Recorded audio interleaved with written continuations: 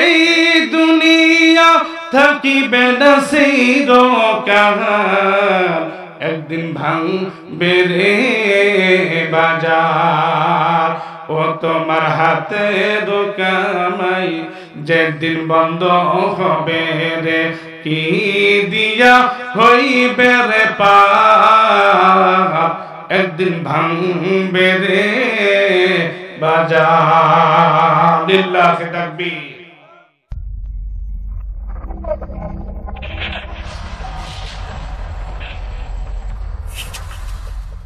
আমার ভাইরাম, আল্লাহ রাব্বুল আলামিন বলেন নবীজি কোরআন শরীফের ভিতরে ডাক দিয়ে বললেন, আল্লাযীনা আমানু ওয়া হাজারু ওয়া জাহাদু ফি সাবিলিল্লাহি বিআমওয়ালিহিম ওয়া আনফুসিহিম আ'জামু দারাজাতান 'ইনদাল্লাহ ওয়া উলাইকা হুমুল ফাইজুন। আল্লাহু আকবার। আল্লাহ রাব্বুল আলামিন বলেন, আল্লাযীনা যারা আমানু ঈমান আনবে, ওয়া হাজারু এবং হিজরত করবে, ওয়া জাহাদু ফি সাবিলিল্লাহ এবং জিহাদ করবে আল্লাহর রাস্তে, আল্লাহর পথে যারা জিহাদ করবে, বিআমওয়ালিহিম ওয়া আনফুসিহিম নিজের জান এবং মাল দিয়ে আল্লাহর পথে যারা জিহাদ করবে, আ'জামু দারাজাতান 'ইনদাল্লাহ আল্লাহ রাব্বুল আলামিন বলছেন তাদের মর্যাদা আল্লাহর কাছে সবচেয়ে বেশি। জোরে বলেন সুবহানাল্লাহ। ওয়া উলাইকা হুমুল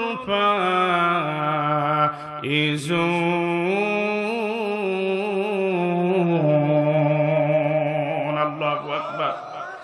আল্লাহ পাক বলছেন এরা হলো ওয়া উলাইকা হুমুল ফাইজুন, তারা হলো সফল। আমার ভাইরা, এই আয়াতের হলো সরল অর্থ হলো এই আয়াত কারা আল্লাহর নবীর কাছে যখন নাজিল হয়, আল্লাহ রাব্বুল আলামিন বিশ্ব নবী মুহাম্মদ রাসূলুল্লাহ সাল্লাল্লাহু আলাইহি সাল্লাম কোন একদিন জিলকদ মাসের জুমার দিনে, শুক্রবার ছিল দিনটা, ওই দিনের মধ্যে আল্লাহর নবীর সাহাবীগণ নবীজির কাছে গিয়ে যখন নামাজ আদায় করবেন, জুমার নামাজ পড়বেন, এমন সময় নবীজি আসার আগে কিছু সাহাবায়ে কেরাম আগে ভাগে মসজিদে এসে হাজির হয়েছে। নবী সাহাবীগণ একজন সাহাবী আর একজন সাহাবীকে ডাক দিয়ে বললেন, আমার সহজাতি ভাই শোনো তো, আল্লাহর কাছে সবচেয়ে প্রিয় কাজ কোনটি? মেহেরবানি করে দয়া করে আপনি একটু বলবেন কি? নবী সাহাবী ডাক দিয়ে বললেন, আমার সাহাবী ভাই শুনুন, আল্লাহর কাছে সবচেয়ে বেশি ভালো কাজ হলো যারা এই মক্কা মদিনায় হজ করতে আসে, এই হাজিদেরকে যারা পানি পান করায়, এই পানি পান করানো কাজটা আল্লাহর কাছে সবচেয়ে দামি। আর একজন সাহাবী ডাক দিয়ে বলল, না না, এই কাজটাই শুধু ভালো নয়। আল্লাহর নবী সাহাবী ডাক দিয়ে বললেন, এই কাজটা নয়, যারা এই কাবা শরীফের মোতাওয়াল্লি, যারা কাবা শরীফের দেখাশোনা করেন, আল্লাহর নবীর ঘর যারা দেখাশোনা করেন, আল্লাহর ঘর যারা দেখাশোনা করেন, এদের মর্যাদা আল্লাহর কাছে সবচেয়ে বেশি। আমার ভাইরা, সাহাবায়ে কেরামদের মধ্যে একে অপরের মধ্যে একটা বিষয় নিয়ে কথোপকথন হচ্ছে। এমন সময় আমিরুল মুমিনিন হযরত ওমর ইবনুল খাত্তাব রাদিয়াল্লাহু তাআলা আনহু তিনি মসজিদের ভিতরে ঢুকে পড়লেন। আল্লাহর নবী সাহাবী হযরত ওমরকে দেখার পর একজন সাহাবী ডাক দিয়ে বললেন, ভাই রে, আমাদের দুইজনের কথাটা দুই ধরনের হয়ে যাচ্ছে। যেহেতু দুই রকমের হয়ে যাচ্ছে, চলুন আমরা ওমরের কাছে জিজ্ঞাসা করি সবচেয়ে ভালো কাজ কোনটি, আল্লাহর কাছে সবচেয়ে প্রিয় আমল কোনটি, আমরা হযরত ওমরের কাছে একটু জেনে নেই। আল্লাহর নবী সাহাবী হযরত ওমর এক পর্যায়ে তিনি মসজিদে ঢোকার পর সাহাবায়ে কেরামদের একে অপরের মতামত দেখতে পেয়ে তিনি বললেন, ও আমার সাহাবী ভাইরা, আমার সহজাতি ভাইরা, শুনুন, যেই সময় যেই অবস্থায় আল্লাহর নবী বেঁচে আছেন ওই সময় আমাদের মতামত দেওয়ার কোন রকমের যুক্তি আমাদের হয় না। জোরে বলেন আল্লাহু আকবার। আছেন আমার মুক্তার, আছেন আমার ব্যারিস্টার, আছেন আমার মুক্তার, আছেন আমার ব্যারিস্টার, শেষ বিচারের হাইকোর্টেতে তিনি আমায় করবেন পার। আমি পাপী, তিনি জামিনদার, আমি পাপী, তিনি জামিনদার। আছেন আমার মুক্তার, আছেন আমার ব্যারিস্টার, শেষ বিচারের হাইকোর্টে তিনি আমায় করবেন পার। আমি পাপী, তিনি জামিনদার। মনের ঘরে তালা দিয়া চাবি লইয়া আছেন চাই, আমি অদম সাধ্য কি তার হুকুম ছাড়া বাইরে যাই, আমি অদম সাধ্য কি তার হুকুম ছাড়া বাইরে যাই। কথা বলেন ঠিক না বেঠিক? আল্লাহ নবী এক পর্যায়ে মসজিদে যখন রাসূল চলে আসলেন, জুমার নামাজ যখন সমাপ্ত হয়ে গেল, নামাজ শেষ হয়ে গেল, হযরত ওমর সহ সমস্ত সাহাবায়ে কেরাম যে ওই জায়গায় বসে আছেন, নবীজিকে ডাক দিয়ে বললেন, লাব্বাইক ইয়া রাসূলুল্লাহ, সাদাক নবী গো, আমার পিতামাতা আপনার পায়ের উপর কুরবান হয়ে যাক ইয়া রাসূলুল্লাহ, মেহেরবানি করে আপনি কি বলবেন ইসলামের মধ্যে সবচেয়ে ভালো কাজ কোনটি? এই কাজটা আমরা করতে চাই। আল্লাহর নবী বিশ্ব নবী মুহাম্মদ রাসূলুল্লাহ সাল্লাল্লাহু আলাইহি ওয়াসাল্লাম তিনি চুপ করে মসজিদে বসে আছেন। জোরে বলেন সুবহানাল্লাহ। আমার প্রিয় যুবক ভাইরা, আমার নবীজি কোনোভাবেই নিজের থেকে কোনো কথা তিনি বলতে পারেন না। আল্লাহ রাব্বুল আলামিন কোরআন শরীফের ভিতরে ডাক দিয়ে বললেন, ওয়া মা ইয়ানতিকু আনিল হাওয়া ইন হুয়া ইল্লা ওয়াহয়ুন ইউহা। জোরে বলেন আল্লাহু আকবার। আমার ভাইরা, আমার নবীজি নিজের থেকে কোনো কথা তিনি বানিয়ে বলেন না। নবীজি একটা পর্যায়ে চুপ করে আছেন। আমার আল্লাহ সুবহানাহু ওয়া তাআলা তিনি বুঝতে পারলেন আমার নবী বড় চিন্তিত অবস্থায় আছেন, সাহাবায়ে কেরামদেরকে তিনি কি বলবেন এই নিয়ে বড় চিন্তায় আছেন। আমার ভাইরা, আল্লাহ রাব্বুল আলামিন ফেরেশতা জিবরিল আলাইহিস সালাতু ওয়াস সালামকে সঙ্গে সঙ্গে আল্লাহ রাব্বুল আলামিন এই কোরআন শরীফের এই সূরা তাওবার 20 নম্বর আয়াত আল্লাহর নবীর হাতের মধ্যে আল্লাহ তুলে দিলেন। জোরে বলেন সুবহানাল্লাহ। আমার ভাইরা, নবীজি আয়াত পর পর সাহাবায়ে কেরামদের মাঝে সুন্দর করে বোঝায় দিলেন। বললেন, তোমরা আল্লাহর প্রতি ঈমান আনো। একটা কাজ হলো, আল্লাহর প্রতি যারা ঈমান রাখবে, আল্লাহ পাক বলছেন এই কাজটা আল্লাহর কাছে সবচেয়ে দামি। আমার নবীজি হাদিসের মধ্যে বর্ণনা করেন, ওয়ান আবি জাররিন রাদিয়াল্লাহু তাআলা আনহু আন্নাহু ক্বাল ক্বাল রাসূলুল্লাহ সাল্লাল্লাহু আলাইহি সাল্লাম আইয়ুল আমাল আফদালু ক্বালাল ঈমানু বিল্লাহি ওয়াল জিহাদু ফি সাবিলিল্লাহ। রাওয়াহুল বুখারী। জোরে বলেন মারহাবা। হযরতে আবু জার গিফারী রাদিয়াল্লাহু তাআলা আনহু থেকে হাদিস বর্ণিত, রাসূল বললেন, আমার নবীজি বললেন, আইয়ুল আমাল। সাহাবায়ে কেরাম জিজ্ঞাসা করলেন, ইয়া রাসূলুল্লাহ, ইসলামের মধ্যে সবচেয়ে উত্তম কাজ কোনটি? রাসূল বললেন, আইয়ুল আমাল আফদালু ক্বালাল ঈমানু বিল্লাহ। আল্লাহর প্রতি ঈমান আল্লাহ, আনা ওয়াল জিহাদু ফি সাবিলিল্লাহ। ঈমান আনার পর যে ব্যক্তি আল্লাহর পথে জিহাদ করে, এই কাজটা আল্লাহর কাছে সবচেয়ে দামি কাজ। জোরে বলেন মারহাবা। আমার ভাইরা, এক পর্যায়ে আল্লাহ রাব্বুল আলামিন ডাক দিয়ে বললেন, পৃথিবীর মানুষ শোনো, এক নম্বর কাজ হলো যারা আল্লাহর প্রতি ঈমান রাখে এই কাজটা হলো আল্লাহর কাছে সবচেয়ে দামি। ওয়াহাজারু ওয়াজাহাদু ফি সাবিলিল্লাহি বিআমওয়ালিহিম ওয়া আনফুসিহিম আ'জাবু দারাজাতান ইনদাল্লাহ। জোরে বলেন আল্লাহু আকবার।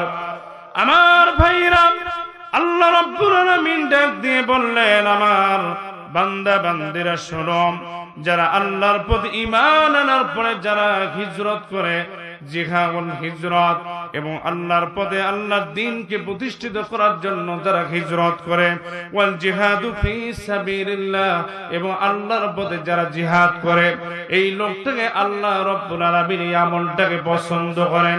জোরে বলেন মারহাবা। আমার ভাইরা, নবীজির কাছে জিহাদ করার কথা যখন শুনতে পেলেন, হযরতে জামহু রাদিয়াল্লাহু তাআলা আনহু, আল্লাহর নবীর একজন সাহাবী, নাম হলো হযরতে জামহু রাদিয়াল্লাহু তাআলা আনহু। তিনি পা ন্যাংরা, পা ছোট ছোট চিকন চিকন পা, তিনি হাঁটতে পারেন না, চলতে পারেন না। হযরতে জামহু রাদিয়াল্লাহু তাআলা আনহু তিনটি ছেলে সন্তান, তিনি যখন দেখতে পেলেন আল্লাহ রাব্বুল আলামিনের পথে ঈমান আনার পরে আল্লাহর পথে জিহাদ করা, হিজরত করা আল্লাহর কাছে সবচেয়ে দামি কাজ, এক দৌড়ে আল্লাহর নবীর বিশ্ব নবী মুহাম্মদুর রাসূলুল্লাহ সাল্লাল্লাহু আলাইহি সাল্লাম তিনি যখন যুদ্ধের ময়দানে আল্লাহর দ্বীনকে প্রতিষ্ঠিত করার জন্য, কোরআনকে প্রতিষ্ঠিত করার জন্য, আল্লাহর দ্বীন কায়েম করার জন্য তিনি যখন ডাক দিলেন, ও আমার সাহাবায়ে কেরাম, উহুদের প্রান্তে যুদ্ধ হবে, কে কে তোমরা যুদ্ধের ময়দানে গিয়ে শহীদ হয়ে আল্লাহর জান্নাত কামাই করার জন্য, আল্লাহর জান্নাত ক্রয় করার জন্য রেডি হয়ে যাও। আল্লাহর নবী সাহাবী হযরতে জামহু রাদিয়াল্লাহু তাআলা আনহু তিনি আস্তে আস্তে করে দৌড়ে বাড়িতে গেলেন। বাড়িতে যাওয়ার পরে তিনজন সন্তানকে ডাক দিয়ে বললেন, আমার কলিজার টুকরা সন্তানরা, তোমরা শোনো, আমি তোমার আব্বা হিসাবে একটা নসিহত করে দেই। আজকে আল্লাহর নবী যুদ্ধের ময়দানে যাওয়ার জন্য তোমাদেরকে আহ্বান করছেন। ও আমার কলিজার টুকরো সন্তান, তোমরা তিনজনে গোসল করে রেডি হয়ে যাও। আজকে আমার সন্তানরা তোমরা তিনজনে রেডি হয়ে যাও, আমি তোমাদেরকে যুদ্ধের ময়দানে যাওয়ার জন্য আমি নির্দেশ দিলাম। ছোট ছোট এক পর্যায়ে তিন ভাই, তারা তিনজনে গোসল কমপ্লিট করলেন। গোসল যখন কমপ্লিট হয়ে গেল, সন্তানটা এক পর্যায়ে একটা শরীরের মধ্যে তেল মালিশ করলেন, এরপরে সুগন্ধি ব্যবহার করলেন। ওই ন্যাংরা সাহাবী সন্তানদের কাঁধের উপরে ভর করে আল্লাহর নবীর কাছে গিয়ে হাজির হয়ে বললেন, নবী গো, আমার এই তিনটি সন্তানকে যুদ্ধের ময়দানে আপনি নিয়ে যাবেন। আমার সন্তানরা আল্লাহর দ্বীন প্রতিষ্ঠা করার জন্য, আল্লাহর দ্বীনকে কায়েম করার জন্য তারা জীবন দিয়ে শহীদ হয়ে যাবে। আর কিয়ামতের ময়দানে আমি আল্লাহর কাছে বলতে পারবো আমি একজন শহীদের পিতা। জোরে বলেন আল্লাহু আকবার। 6 দিন পর নক্ষত্রে যাবে, 9 দিন পর চল। 6 দিন পর নক্ষত্রে যাবে, 9 দিন পর চল। কবর গাঘের সামান নিতে কইর না কেউ ভুল। কবর জায়গা ভালো নয়, কবর জায়গা ভালো নয়, কবর জায়গা ভালো নয়। আমল দিয়ে কবর গৃহ সাজিয়ে নিতে হয়। কবর জায়গা ভালো নয়, কবর জায়গা ভালো নয়। 6 দিন পর নক্ষত্রে যাবে, 9 দিন পর চুল। কবর গাঘের সাবান নিতে কইর না কেউ ভুল। কবর জায়গা ভালো নয়, কবর জায়গা ভালো নয়, কবর জায়গা ভালো নয়। আমল দিয়ে কবর গৃহ সাজিয়ে নিতে হয়। কবর জায়গা ভালো নয়। 17 দিন পেট ফেটে শেষ প্রকার খাদ্য হবে। 60 দিন পর গোশ থাকবে, কঙ্কাল পড়ে রবে। ঠিক কিনা? 17 দিন পেট পেটে শেষ প্রকার খাদ্য হবে, 60 দিন পর গোশ থাকবে না, কঙ্কাল পড়ে রবে। 90 দিন হাড়গুলি সব, 90 দিন হাড়গুলি সব আলাদা হয়ে রয় কবর, জায়গা ভালো নয় কবর। আমার সঙ্গে বলেন, কবর জায়গা ভালো নয়, কবর জায়গা ভালো নয়। আমল দিয়ে কবর গৃহ সাজিয়ে নিতে হয়। জোরে বলেন মারহাবা। আমার ভাইরা, হযরতে জামহুর রাদিয়াল্লাহু তাআলা আনহু তিনি আস্তে আস্তে করে আল্লাহর নবীর কদম মোবারকের পাশে দাঁড়িয়ে আছেন। ন্যাংরা সাহাবী হাঁটতে পারেন না, চলতে পারেন না। 3টি সন্তানকে কাঁধের উপরে পড়ে আল্লাহর নবীর সামনে এসে হাজির হয়ে গেলেন। আল্লাহর নবীকে ডাক দিয়ে বললেন, নবী দয়া করে আবার 3টি সন্তানকে যুদ্ধের ময়দানে যাওয়ার জন্য অ্যাপয়েন্টমেন্ট দিয়ে দেন। আমার বাবাজিরা গভীর মনোযোগ।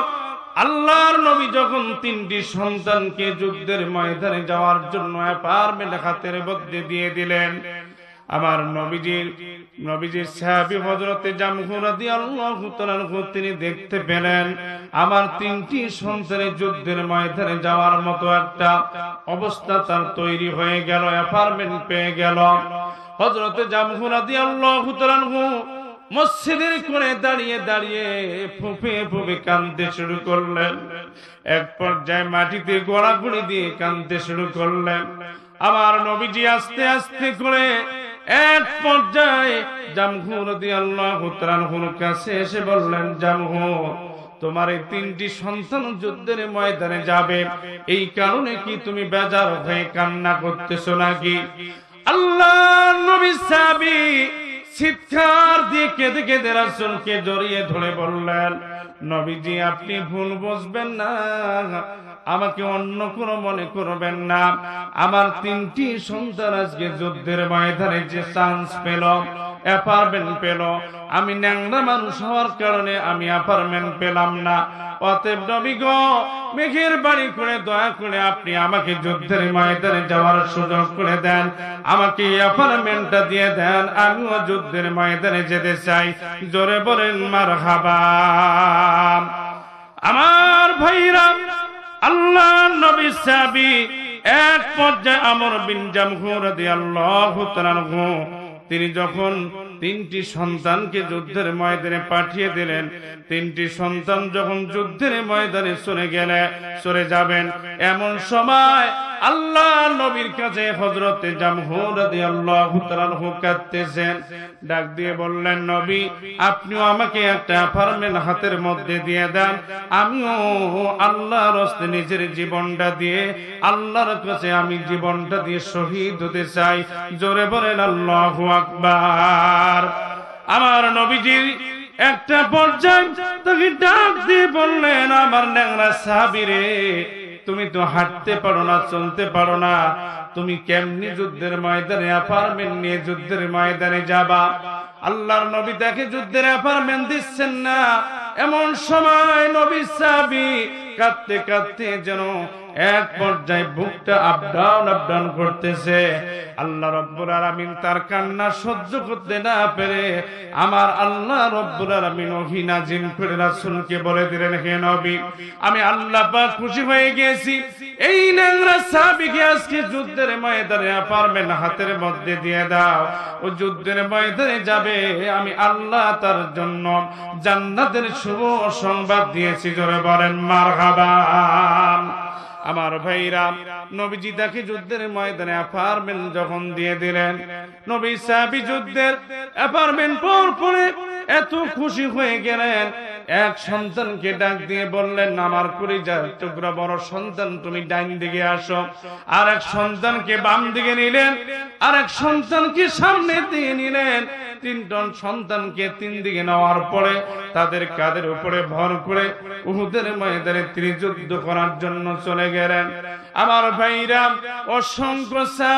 অসংখ্য কাফেরদেরকে জাহান্নামের টিকিট হাতের মধ্যে দিয়ে এক পর্যায়ে তরবারি চালাতে চালাতে যেমন ক্ষুধার্ত বাঘ যেন লাফিয়ে পড়ে, আহারের প্রতি জ্বলন্ত আগুন যেমন দাউ দাউ করে যেমন জ্বলে ওঠে, একই কায়দায় হযরতে জামহু রাদিয়াল্লাহু তাআলা আনহু দুইটা হাত দিয়ে যেন আল্লাহর দ্বীন প্রতিষ্ঠা করার জন্য, কোরআনকে প্রতিষ্ঠিত করার জন্য নবী সাহাবী তরবারি দিয়ে এক পর্যায়ে কাটে কেটে অনেকগুলো কাফেরকে জাহান্নামের টিকিট হাতের মধ্যে দিয়ে দিলেন।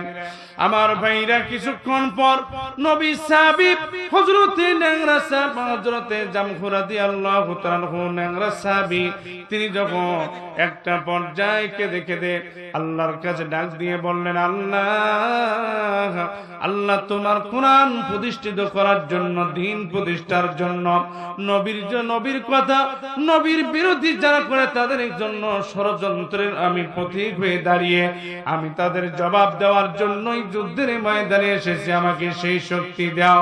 জোরে বলেন আল্লাহু আকবার। ইমানদার যখন আল্লাহু আকবার বলে, আল্লাহ তার ঈমানি শক্তি বৃদ্ধি করে দেন। জোরে বলেন আল্লাহু আকবার। সম্মানিত ভাই সকল, আমরা ইমানদার হতে চাই না মুনাফিক হতে চাই? বলেন। মুনাফিক যারা আল্লাহর দুশমন, যারা কোরআনের দুশমন, আলেম ওলামার দুশমন, যারা পৃথিবীর মধ্যে শান্তির দুশমন, তারা শুধুমাত্র কেবলমাত্র আল্লাহর নাম তাদের জবান দিয়ে বের হয় না। আওয়াজ দিয়ে কথা বলেন, ঠিক বলছি না ঠিক? সুতরাং ইমানদার তারা কখনো আল্লাহর নামের ব্যাপারে, আল্লাহ রাসূলের কথার ব্যাপারে তারা কোনো ধরনের কৃপণতা করে না। কথা বলেন, ঠিক না ঠিক? সুতরাং আজকে আমরা এই পৃথিবীতে দেখে যাচ্ছি, যারা এই কোরআনের সাথে বেয়াদবি করেছে, তারা যত বড় হিরো হয়েছিল, হিরোর থেকে তাদেরকে আল্লাহ জিরো বানায় দিয়েছে। কথা কোন ঠিক না বেঠিক? আর যারা এই কোরআনের দুশমনি করেছে, তারা কোরআনের পক্ষে কাজ করেছে, কোরআনকে প্রতিষ্ঠিতের জন্য নিজের জীবন বাজি রেখে কাজ করেছে, আল্লাহ তাদের জিরো থেকে আল্লাহ তাকে হিরো করে দিয়েছে। কথা বলেন, ঠিক না বেঠিক? সুতরাং মাঝখানে কয়েকদিন আগে শুনলাম, কে জানি জিজ্ঞাসা করছে মাননীয় প্রধানমন্ত্রীকে, বলছে যে আপনি যে বিপদে আছেন, আপনি কোন দোয়া পড়তেছেন? বলছে বিপদের দোয়া কি? বিপদের দোয়া হলো কি, লা ইলাহা ইল্লা আনতা ইন্নী কুনতু মিনাজ জালিমিন, অর্থাৎ দোয়া ইউনূস বলে। কথা কি বোঝেন নাই? বলে দোয়া ইউনূস পাঠ করতে গেলে তো আরেক ইউনূসের কথা মনে পড়ে যায়, কলজেরা থরথর করে কেঁপে ওঠে, বাদ এই দোয়া আর পড়া হয় না। তার মানে এমন আল্লাহর মায়ের সিফা মায়ের, এমন বেকায়দার মায়ের দোয়া পড়তেও এখন ভয় পায়। কথা বলেন, ঠিক বলছি না বেটি? অতএব দাদু ভাইরা, এই পৃথিবীতে যত বাহাদুরি দেখাও না কেন, 4 পয়সার লাভ নাই। যদি আল্লাহর বিরুদ্ধে অবিষ্কার করো, আল্লাহ তোমাকে ধরবে, এমন ধরন ধরবে। আল্লাহ বলছেন, ইন্না বাতশা রাব্বিকা লাশাদীদ, আমার ধরাটা হয়ে যাবে একবারে সিরিয়াস। কথা বলেন, ঠিক বলছি না বেটি? সুতরাং সম্মানিত প্রিয় ভাই সকল, কোরআনের দুশমনি করে, আলেমদের দুশমনি করে পৃথিবীতে কেউ পার পায় নাই, আপনিও পাবেন না। কথা কোন ঠিক না বেটি? সুতরাং আমার ভাইরা, আমি কি কারো কোনো নাম নিয়ে বললাম? হ্যাঁ, কারো পক্ষে? আমরা কোরআনের পক্ষে। কার পক্ষে? কোরআনের পক্ষে। এতে যদি আপনার নেতা, আপনার নেত্রী কোরআনের বিপরীত অবস্থায় থাকে, আপনার ওখান থেকে সাইড কেটে আপনি কোরআনের পক্ষে আসবেন, আপনি একজন ইমানদার হলে।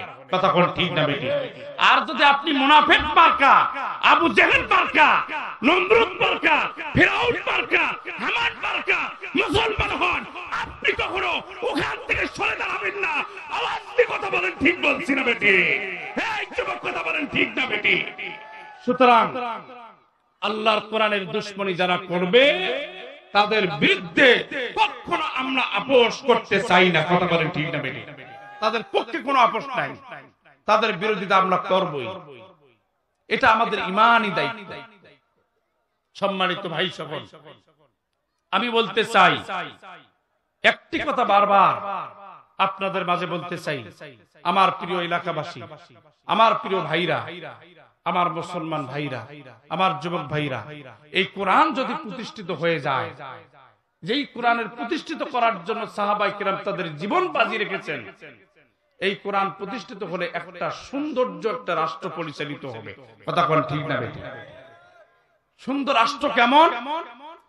ছোট্ট করে বলি, আল্লাহ রাসূল সাল্লাল্লাহু আলাইহি সাল্লাম, আমি সেপ্টেম্বর মাসে উমরা হজ থেকে এসেছি, নিজের চোখে জায়গাটা দেখে এসেছি। আল্লাহ রাসূল সাল্লাল্লাহু আলাইহি সাল্লাম তিনি একদিন দুপুর টাইমে মসজিদে নববীতে তিনি আসলেন, সুবহানাল্লাহ পড়েন। নবীজি প্রচন্ড খিদায় যন্ত্রণায় অস্থির হয়ে তিনি মসজিদের দুপুর টাইমে, সাধারণত সৌদি আরবের লোকেরা দুপুরে বের হয় না, এ সময় আল্লাহ রাসূল সাল্লাল্লাহু আলাইহি সাল্লামের সাহাবী হযরত উমর তিনিও দুপুরে আসছেন, হযরত আবু বকর তিনিও আসছেন। তিন বন্ধু একই সঙ্গে দেখা। জোরে বলেন আল্লাহু আকবার। আমার বাবাজিরা, নবীজি হযরত আবু বকর কি ডাক দিয়ে বললেন, আবু বকর ব্যাপার কি, এখন কেন তোমরা দুপুর সময় এখানে? আবু বকর আমুসমত, মনটা যেন বলতেও চায় না। হযরত ওমরের দিকে তাকিয়ে রাসূল বললেন, তুমি কেন আজকে দুপুরের টাইমে এই সময় মসজিদে? বলো। আমিনুল মুমিনিন ওমর বলে রাখে, আবু বকর ডাক দিয়ে বললেন, নবী গো, 3 দিন পর্যন্ত আমার পেটের ভিতরে খাবার নাই, শরীরটা যেন শুকনো হয়ে পড়ছে। রাসূলকে বলার সঙ্গে সঙ্গে আবু বকর দুইটা চোখের পানি ছেড়ে দিয়ে কাঁদতেছেন। আমার নবীজি আবু বকরের দুঃখ দেখে নবীজি নিজেও চোখের পানি ছেড়ে দিয়ে কাঁদতেছে। হযরত ওমর কি ডাক দিয়ে বললেন, আমিরুল মুমিনিন ওমর, শোনো তো, তুমি কেন দুপুরে এসেছো?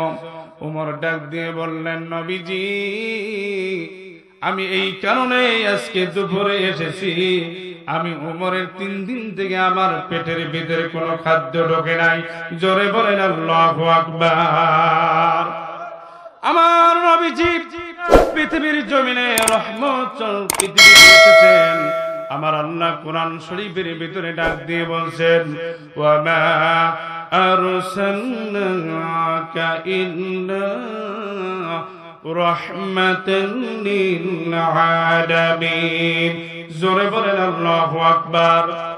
আমার ভাইরা, নবীজি ডাক দিয়ে বললেন, ও ওমর, আবু বকর, শোনো, তোমরা যেহেতু আমরা তিনজনেই না খেয়ে আছি, চলো আবু আইয়ুব আনসারীর বাড়িতে আমরা চলে যাই। আবু আইয়ুব আনসারীর বাড়িতে 3 জন ব্যক্তি যখন হাজির হয়ে ডাক দিয়ে বললেন, আসসালামু আলাইকুম ইয়া আহলাল বাইত, বাড়ির কে আসো গো বাড়িতে? আপনি কি বাড়িতে আসো নাকি? আবু আইয়ুব আনসারীর স্ত্রী সালামের জবাব দিয়ে ঘরের গেটটা খুলে দেখেন এমন 3 জন মেহমান তার বাড়ির মধ্যে হাজির হয়ে আছেন। আবু আইয়ুব আনসারীর স্ত্রী মেহমানদেরকে দেখে বসার কথা বলে এক দৌড়ে গিয়ে আবু আইয়ুব আনসারীর কাছে দৌড়ে গেলেন। আবু আইয়ুব আনসারী তখন পর্যন্ত তিনি একটা খেজুর বাগানে কাজ করতেছিলেন। দৌড়ে গিয়ে বললেন, শোনো, ও আমার স্বামী গো, শোনো, এমন একজন আজকে 3 জন মেহমান তোমার বাড়িতে এসেছে। আল্লাহর জমিনের উপরে আসমানের নিচে সবচেয়ে আল্লাহর প্রিয় 3 জন মেহমান আপনার বাড়িতে মেহমান হয়ে এসেছে। জোরে বলেন আল্লাহু আকবার। আল্লাহর নবী সাহাবী আবু আইয়ুব আনসারী বাগান থেকে কিছু খেজুর হাতের মধ্যে তুলে নিলেন। এই খেজুরগুলো 3 ধরনের খেজুর হাতের মধ্যে নিলেন, খেজুর নিয়ে আসলেন আর বিবিকে বললেন, বিবি গো, দ্রুত গতিতে আপনি বাড়িতে চলে যান, আমার নবীজিকে বসতে বলেন, আমি আসতেছি। এই বলে বিবি যখন বাড়িতে এসে তাকে বসতে বললেন, আর আবু আইয়ুব আনসারী 3 ধরনের খেজুর নিয়ে আসলেন। আর আবু আইয়ুব আনসারী এসে সঙ্গে সঙ্গে একটা ছাগল জবাই করে দিলেন আল্লাহর হস্তে। জবাই দিয়ে বিবিকে বললেন, জিবি এই গোশতগুলো রান্না করো, আর আমি খেজুর নিয়ে আসতেছি। খেজুর নিয়ে আসা হলো, গোশত রান্না হয়ে গেল। রাসূলের সামনে যখন গোশত দেওয়া হলো আর খুরমাগুলো দেওয়া হলো, নবীজি হাতের মধ্যে নিয়ে এই খোরমাগুলো, রুটিগুলো আর গোশতগুলো টোপলা করলেন একটু, করার পরে আবু আইয়ুব আনসারী হাতের মধ্যে তুলে দিয়ে বললেন, আবু আইয়ুব, এই খবরটুকু আমার ফাতেমা রাদিয়াল্লাহু তাআলা আনহার কাছে গিয়ে এই খেজুরটুকু, খাবারটুকু পৌঁছে দাও। জোরে বলেন আল্লাহু আকবার। কোনটা খাবেন আর কোনটা খাবেন না, এই নিয়ে যখন দেখতেছেন আবু আইয়ুব আনসারী বুঝতে পারলেন, তিনি ডাক দিয়ে বললেন, ও নবীজি, আমার নিজ বাগানের খেজুর, 3 ধরনের খেজুর, আল্লাহর নবীর জান্নাতে হাত যে খেজুরের উপরে টাচ করবে, আমার বিশ্বাস আল্লাহ রাব্বুল আলামিন ওই খেজুরের মধ্যে বরকত দিয়ে আল্লাহ ওই খেজুর বাগানটাকে পরিপূর্ণ করে দিবেন। জোরে বলেন সুবহানাল্লাহ। আল্লাহর নবীকে ডাক দিয়ে বললেন, নবী গো, শুধুমাত্র 1 ধরনের নয়, 3 ধরনের খেজুরের উপরে আপনি হাত রাখবেন। 3 ধরনের খেজুরের উপরে রাসূল হাত বাড়ালেন, তিনি হাত দিলেন, তিনি খেলেন এবং দোয়া করে দিলেন। আবু আইয়ুব আনসারী খেজুরের বাগান আজও পর্যন্ত মদিনায় রয়েছে। চিৎকার মেরে জোরে বলেন সুবহানাল্লাহ। আমার ভাইরা, সংক্ষিপ্ত কথা, আল্লাহর নবী যেই কাজের মধ্যে, যেই জায়গায় নবীজি হাত দিতেন, সেই জায়গায় আল্লাহ রহমত দিয়ে দিতেন। কিন্তু রাসূল কেন কষ্ট করলেন? এই কষ্টের পিছনে কারণ হলো, আল্লাহর জমিনে আল্লাহর কোরআন প্রতিষ্ঠার আন্দোলন যারা করবে, তাদের উপরে নির্যাতন জুলুম আসবে। এটা হলো আল্লাহ রাব্বুল আলামিনের কথা। কথা বলেন ঠিক না বেঠিক? সুতরাং আজকেও যারা কোরআনের পক্ষে, আল্লাহর হকের পক্ষে, সত্যের পক্ষে কথা বলবে, তাদের উপরে নির্যাতন জুলুম আসবে। আওয়াজ দিয়ে কথা বলেন ঠিক না বেঠিক? সম্মানিত ভাই সকল, কষ্ট হচ্ছে? কথা পরিসমাপ্তি ঘটাবো নাকি ভাই? আমি শুধু একটু কথা আপনাদের সামনে বলতে চাই যে আল্লাহ সুবহানাহু ওয়া তাআলা আমাদেরকে পাঠায় দিলেন। আজকে এই যুবক ভাইরা কত সুন্দর একটি আয়োজন করেছেন, আলহামদুলিল্লাহ বলেন। এই যুবকরা চাইলে আজকে এখানে গানের একটা আসর করে দিতে পারতেন। কথা কোন ঠিক না বেঠিক? এলাকার লোক তখন দেখতেন এই জায়গায় জায়গা দেওয়া যেত না, অথচ কোরআনের ময়দানে যা লোক হয়েছে ঠিক আছে, কিন্তু কাঙ্ক্ষিত মানের লোক হওয়ার কথা ছিল। কথা বলেন ঠিক না বেঠিক? আমার ভাইরা, সম্মানিত ভাইরা, যুবকদের ইবাদত আল্লাহ তাআলা কতটা কবুল করে, সংক্ষিপ্ত কথা বলে ইনশাআল্লাহ আমি মোনাজাতের জন্য সে পর্যন্ত কেউ উঠা বসা করবে না। আমার ভাইরা, আল্লাহ রাব্বুল আলামিন তার খাস প্রিয় আল্লাহ পাক যুবকদেরকে বেশি ভালোবাসেন। যুবক যদি একবার সুবহানাল্লাহ পড়ে, বৃদ্ধ 100 বার সুবহানাল্লাহ পড়লে যেই সওয়াব হবে, এই যুবকের একবার সুবহানাল্লাহ পড়ার দাম আল্লাহর কাছে বেশি। জোরে বলেন সুবহানাল্লাহ।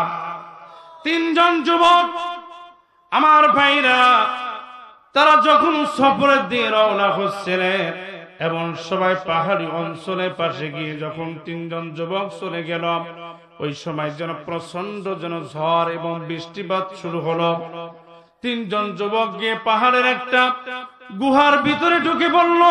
আমার যুবক ভাইরা গভীর মনোযোগ দিয়ে কথাটা শুনবেন।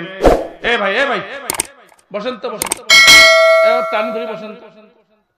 তাফসীর কোরআন মাহফিলে এত বেয়াদবি কাম করে আর একটা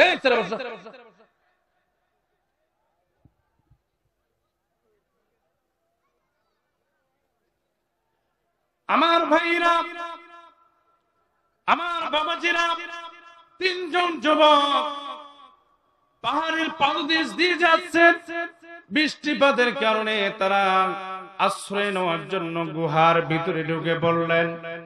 গুহার ভিতরে ঢোকার সঙ্গে সঙ্গে বৃষ্টিপাতের মধ্য দিয়ে এই উপর থেকে একটা বহুত বড় একটা পাথর এসে গুহার মুখটার ভিতরে ঢেকে পড়ল।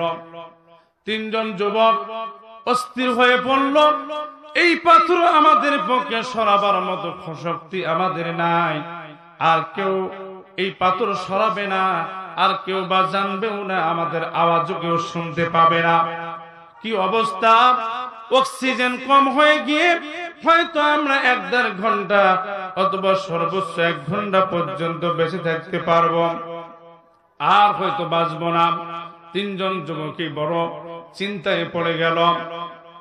একজন যুবক ডাক দিয়ে বলেন, ভাই রে শোনো, আমরা জীবনে যদি কোনো বিপদের মধ্যে পড়ে যান, ভাইরা আজকে এই কথাটা মনে রাখবেন, আমরা কোনো বিপদে পড়লে, আমাদের নিজের কোনো প্রয়োজন হলে আমরা ওই খাজা বাবার মাজারে যাই, ওই আমরা কোনো মাজারে গিয়ে ওইখানে দোয়া করি যে আমাদেরকে এইটা দাও ওটা দাও।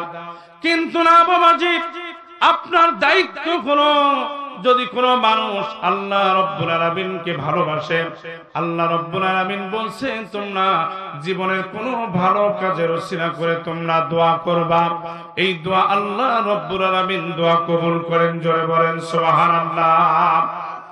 যুবক 3 জন ডাক দিয়ে বলল, ভাই জীবনে কোনো যদি ভালো আমল থাকে, মেঘের বাড়ি করে ওই আমলের কথা মনে করে আজকে চলো না আমরা 3 জনে একটু দোয়া করি আল্লাহর কাছে। এই দোয়ার প্রয়োজন আছে না নাই? আল্লাহ রাসূল বলছেন, আদ-দুআউ মুখাল্লুল ইবাদাত, দোয়া হলো ইবাদতের মগজ। দোয়া এমন একটা জিনিস, দোয়ার মধ্য দিয়ে আমাদের জীবন পাল্টিয়ে যেতে পারে। জোরে বলেন মারহাবা। আমার ভাইরা, 3 জন যুবকের মধ্যে একজন যুবক ডাক দিয়ে বললেন, ভাই আমার জীবনে একটা কাজ আমি ভালো করেছি, চলেন তো আমরা এই কথাটার দিকে, যদি কাজটা আল্লাহর কাছে ভালো হয়ে থাকে আমরা একটু দোয়া করি আল্লাহর কাছে। বলে কি কাজ বলো? বলে ভাই আমি একজন রাখাল মানুষ, যাতে হলাম আমি রাখাল, আমি গরু চড়াই, বকরি চড়াই।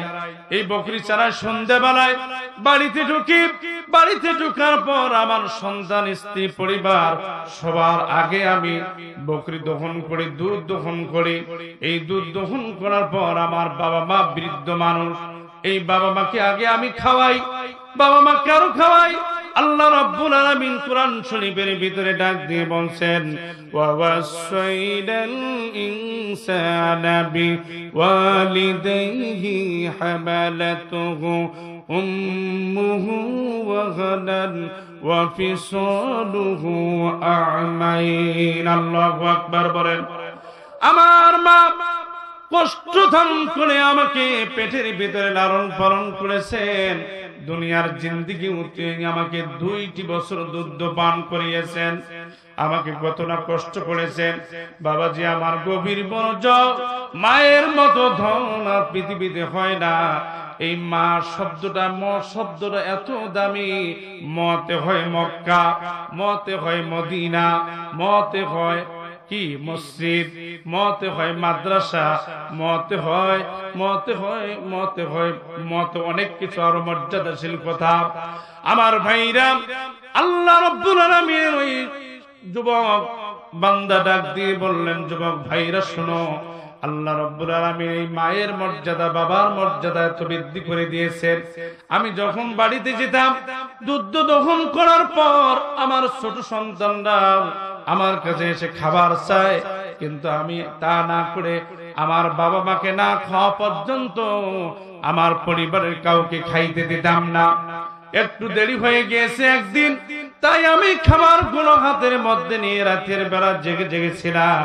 আর আমার আব্বা আম্মা ঘুম থেকে জাগ্রত হয়ে ভোরবেলা দেখে আমি দুধ ধরে পেয়ালা নিয়ে দাঁড়িয়ে আছি।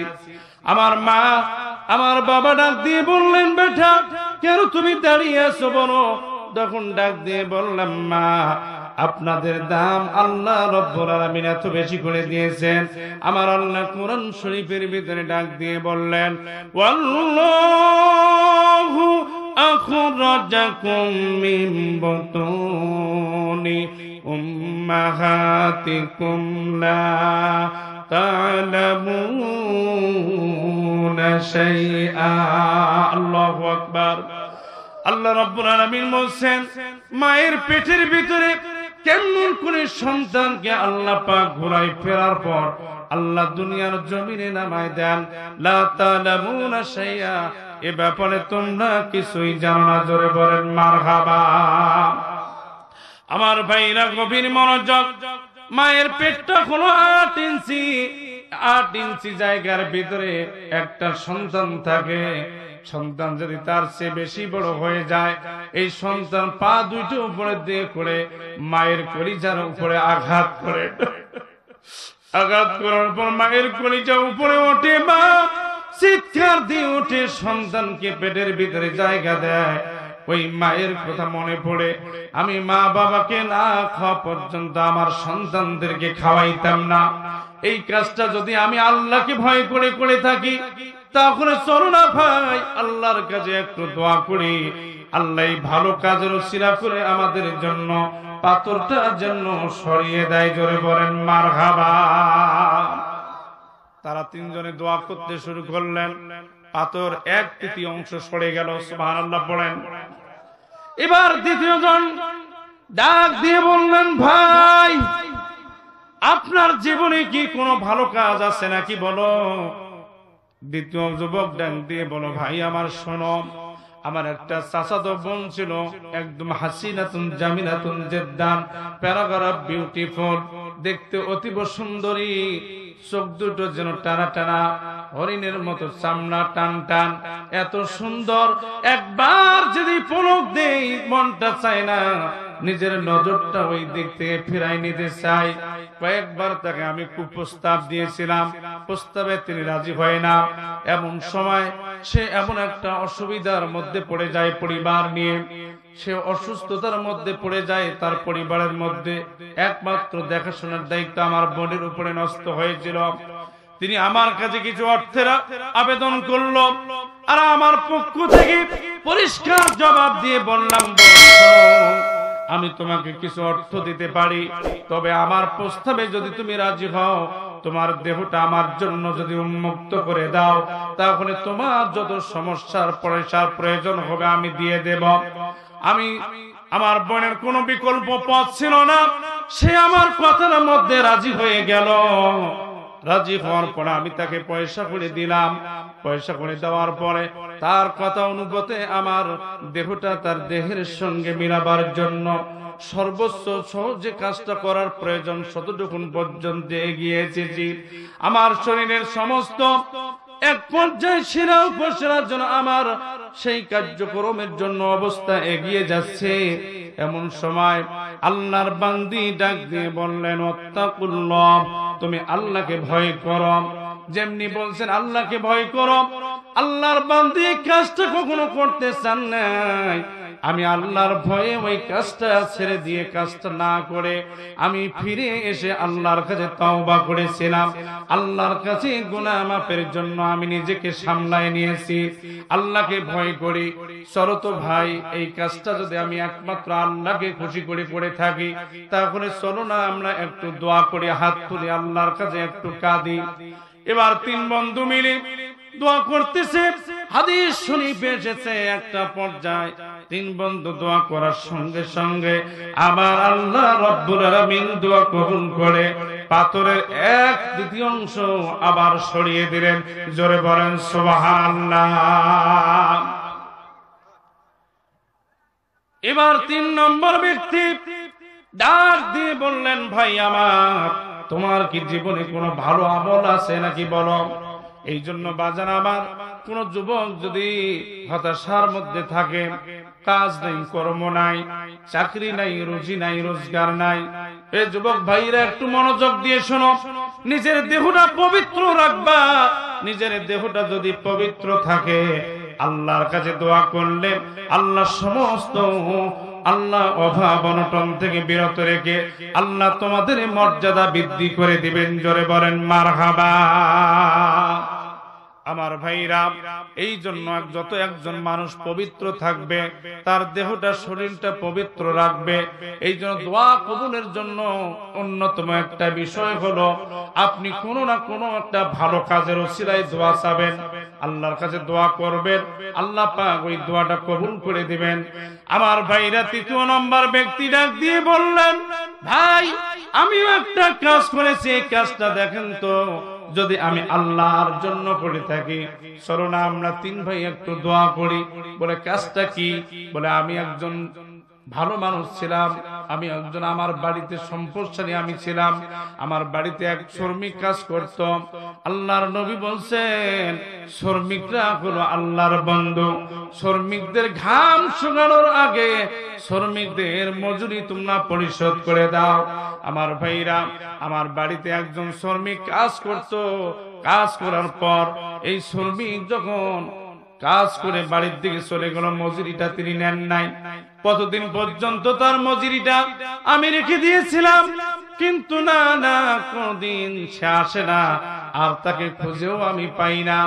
ওই টাকাটা আমি দিয়ে একটা বকরি করেছিলাম। ওই বকরি করার পরে কয়েকটি বছর অতিক্রম হওয়ার পর বকরির একটা বিশাল আকারে পাল হয়ে গেছে।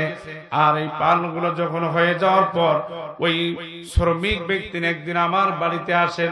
আসার পর আমার সামনে বলেন, ভাই আমি তো একদিন শ্রমের মজুরি পাবো, আমার মজুরিটা দিয়ে দাও। আমি তখন ওই শ্রমিককে বললাম, ভাই ওই যে দেখো একটা ছাগলের পাল, ওই পালটা তোমার, তুমি নিয়ে যাও। বললেন, ভাই আমি আসলাম আপনার মজুরি নেওয়ার জন্য, আপনি কি আমার সাথে ইয়ারকি করতেছেন নাকি? কথা বুঝেন নাই? বলতেছেন, ভাই আমি পারি, আমি মজুরি চাই, আপনি আমার সাথে ইয়ারকি শুরু করছেন? বলছে, না ভাই না, ওই পালটা তোমার তামান। বলে, কেমনি হলো? বলে, তুমি যে মজুরি ছেড়ে দিয়ে চলে গেছিলা, তোমার টাকাটা বকরি করে লালন পালন করতে করতে তোমার টাকাটা এত গুণ বৃদ্ধি পেয়ে গিয়েছে, এগুলো তুমি তোমার মাল তুমি নিয়ে যাও, আমার কোনো আপত্তি নাই। জোরে বলে লিল্লাহি তাকবীর। আমার ভাইরা, এক পর্যায়ে ওই যুবক বললেন, ভাই চলেন তো আমরা তিনজনে একটু দোয়া করি, কাজটা যদি আমি ভালো করে থাকি তাহলে আল্লাহ যেন এই পাথরের বাকি অংশটুকু যেন আমাদের সাথে দূরে সরায় দেয়। তিন ব্যক্তি হাত তুলে দোয়া শুরু করলেন, আল্লাহর তাআলার কাছে কাঁদলেন। আল্লাহ রাব্বুল আলামিন তাদের দোয়া কবুল করলেন। এই দোয়া কবুল করার সঙ্গে সঙ্গে আল্লাহ পাক পাথরকে সরায় দিলেন। জোরে বলেন আল্লাহু আকবার। কেন আমি উঠব না জলে, ইমানের বারুদে অন্তরে ভরা, ইমানের বারুদে অন্তরে ভরা। চারিদিকে আহাজারি যায়, শোনা যায় মুসলিম শান্তির লাগি দিশেহারা। কেন আমি উঠব না জলে, ইমানের বারুদ অন্তরে ভরা। জোরে বলেন মারহাবা, চিল্লায় বলেন মারহাবা। ভাইজান কষ্ট হচ্ছে নাকি? আমার বাবাজিরা, আমার যুবক ভাইরা শুনুন, এই যুবক তিনটি কথা শুনেন। তিনটা কথাই কিন্তু মারাত্মক একটা বিষয়। এই তিনটা বিষয়ের মধ্যে যদি কোনো যুবক পবিত্র থাকতে পারে, সে যদি আল্লাহর কাছে দোয়া করে, আল্লাহ তাদের জীবনে দোয়া কবুল করে, তাদের জীবনে আল্লাহ রাব্বুল আলামিন উন্নতি দিয়ে দিবেন। জোরে বলেন মারহাবা। আমার ভাইরা, এই যুবক এই জন্য বলি, বাবা মার সঙ্গে ভালো আচরণ করবেন, বাবা মার সঙ্গে উত্তম আচরণ করবেন, বাবা মার সঙ্গে কখনো খারাপ আচরণ করবেন না। আমার ভাইরা, পৃথিবীতে কে আছে এমন নিঃস্বার্থ ভালোবাসা দেওয়ার? কে আছে পৃথিবীতে এত ভালোবাসা দেওয়ার? কে আছে নিজের জীবনটা ডাক্তার অথবা কোন তরবারির সামনে কেটে দেওয়ার জন্য এগ্রি হয়ে যায়? একজন ডাক্তার সন্তান মাকে পরীক্ষা নিরীক্ষা করার পর দেখে সন্তানটা স্বাভাবিক কায়দায় আর হবে না, তাকে সিজার করতে হবে। এই মা আস্তে করে গোপনে কান্না করেন আর কাঁদতে থাকেন। স্বামীকে ডাক দিয়ে বললেন, স্বামী গো, আর হয়তো আমি বাঁচবো না, আমার জীবনটা হয়তো চলে যেতে পারে, আমার এই সন্তানটা দুনিয়ার জমিনে হয়তো আসবে, আমার সন্তান যেন ভালো থাকে। কেঁদে কেঁদে সন্তান দুনিয়া দেখাবেন সন্তান। এই জন্য নিজের মা নিজের জীবনটা তাজা একজন মানুষ আর একটা মানুষকে কাটার জন্য যায়। হায় রে, যখন মাকে সিজার করার জন্য নিয়ে যায়, ওই মা স্বেচ্ছায় হেঁটে হেঁটে যায়, আর আমি বাঁচবো কি বাঁচবো না, বুঝতে পারে না, তারপরে নিজের সন্তানকে পৃথিবী দেখাবেন এই জন্য মা আস্তে করে আস্তে আস্তে করে পা হাঁটে, একবার স্বামীর মুখের দিয়ে তাকায়, একবার মায়ের মুখের দিয়ে তাকায়, আর একবার বাবার মুখের দিয়ে তাকায়, অপারেশন থিয়েটারে যায়। এমন আদর জননী মা পৃথিবীতে আর কারো হবে না, নিঃস্বার্থ ভালোবাসার একজন মানুষ। এই জন্য কবি নজরুল বলছেন, বিদেশ হতে যদি কারো ছেলে মারা যায়, পশু পাখি জানার আগে জানে তাহার মায়। কতক্ষণ ঠিক না বেটি? তোলার আমিন এই দোয়ার বদৌলতে মায়ের কবরটা আল্লাহ জান্নাতের বাগান করে দিতে পারেন। জোরে বলেন আল্লাহুম্মা আমিন।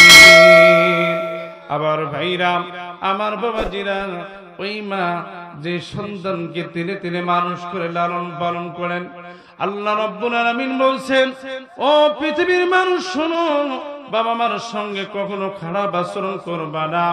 রাসূল বলছেন, আল জান্নাতু তাহতা আকদামিল উম্মাহাত, মায়ের পায়ের নিচে হলো সন্তানের জান্নাত।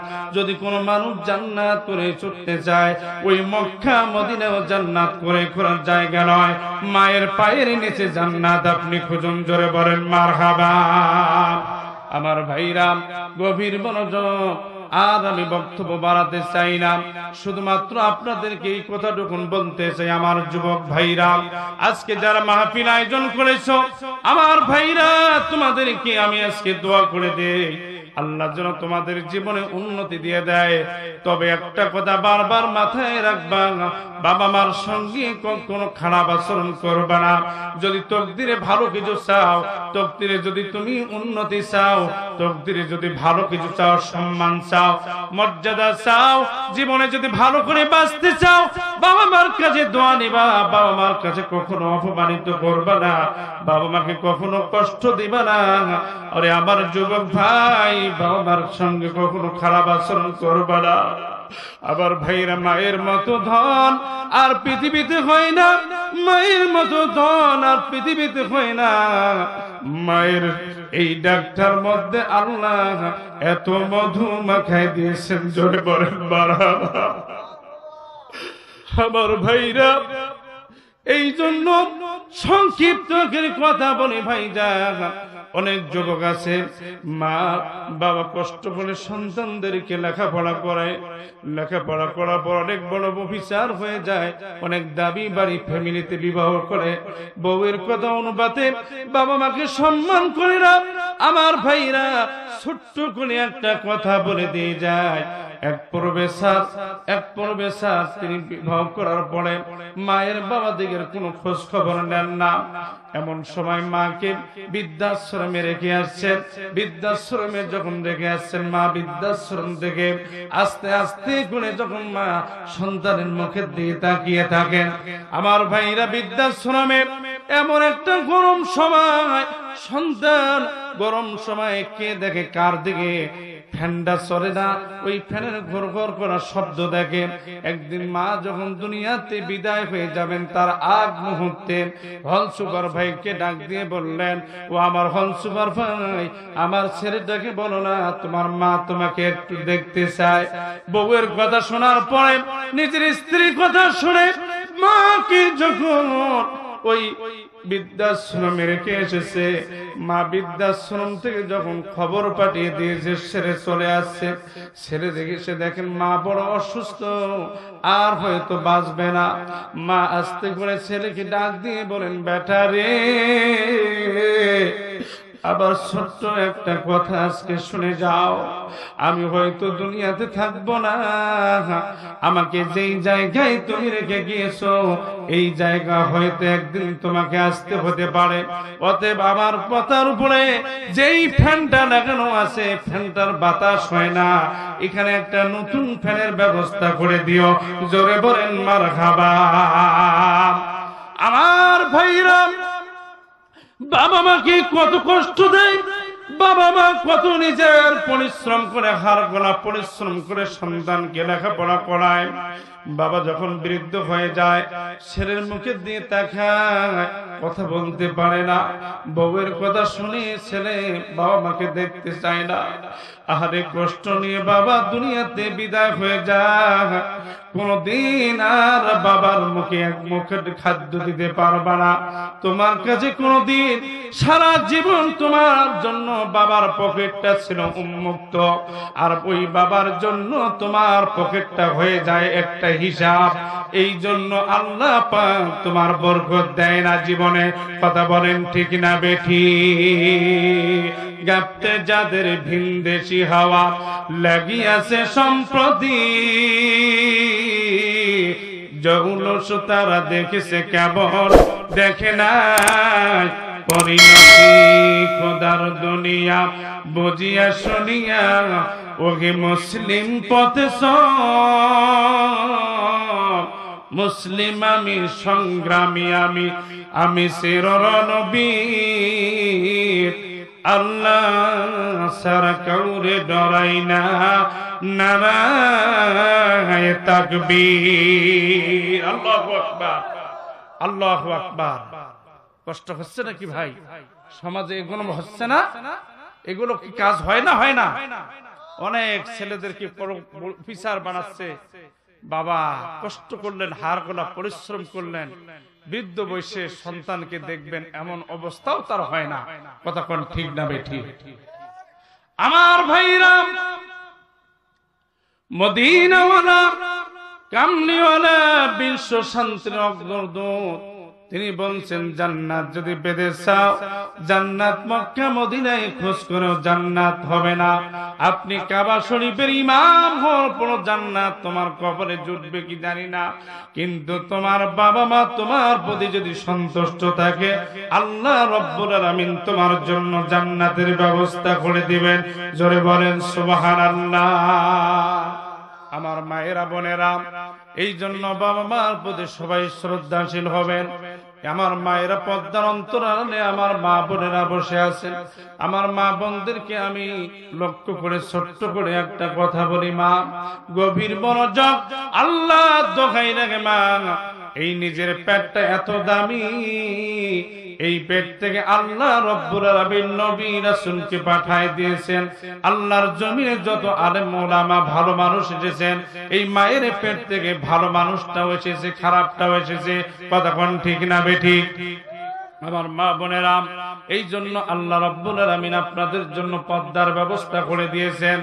আমার আল্লাহ বলেছেন, নবী পৃথিবীর মানুষকে বলে দাও, এরা যদি মেয়ে মানুষ কেমনি চলবে, পুরুষ মানুষ কেমনি চলবে, তার বাস্তব একটা ডিসিশন আমার আল্লাহ কোরআন শরীফের ভিতরে ডাক দিয়ে বলছেন, ওয়াকরুনা ফি বুয়ুতিকুন্না ওয়ালা তাবাররুজনা তাবাররুজাল জাহিলিয়াতিল উলা।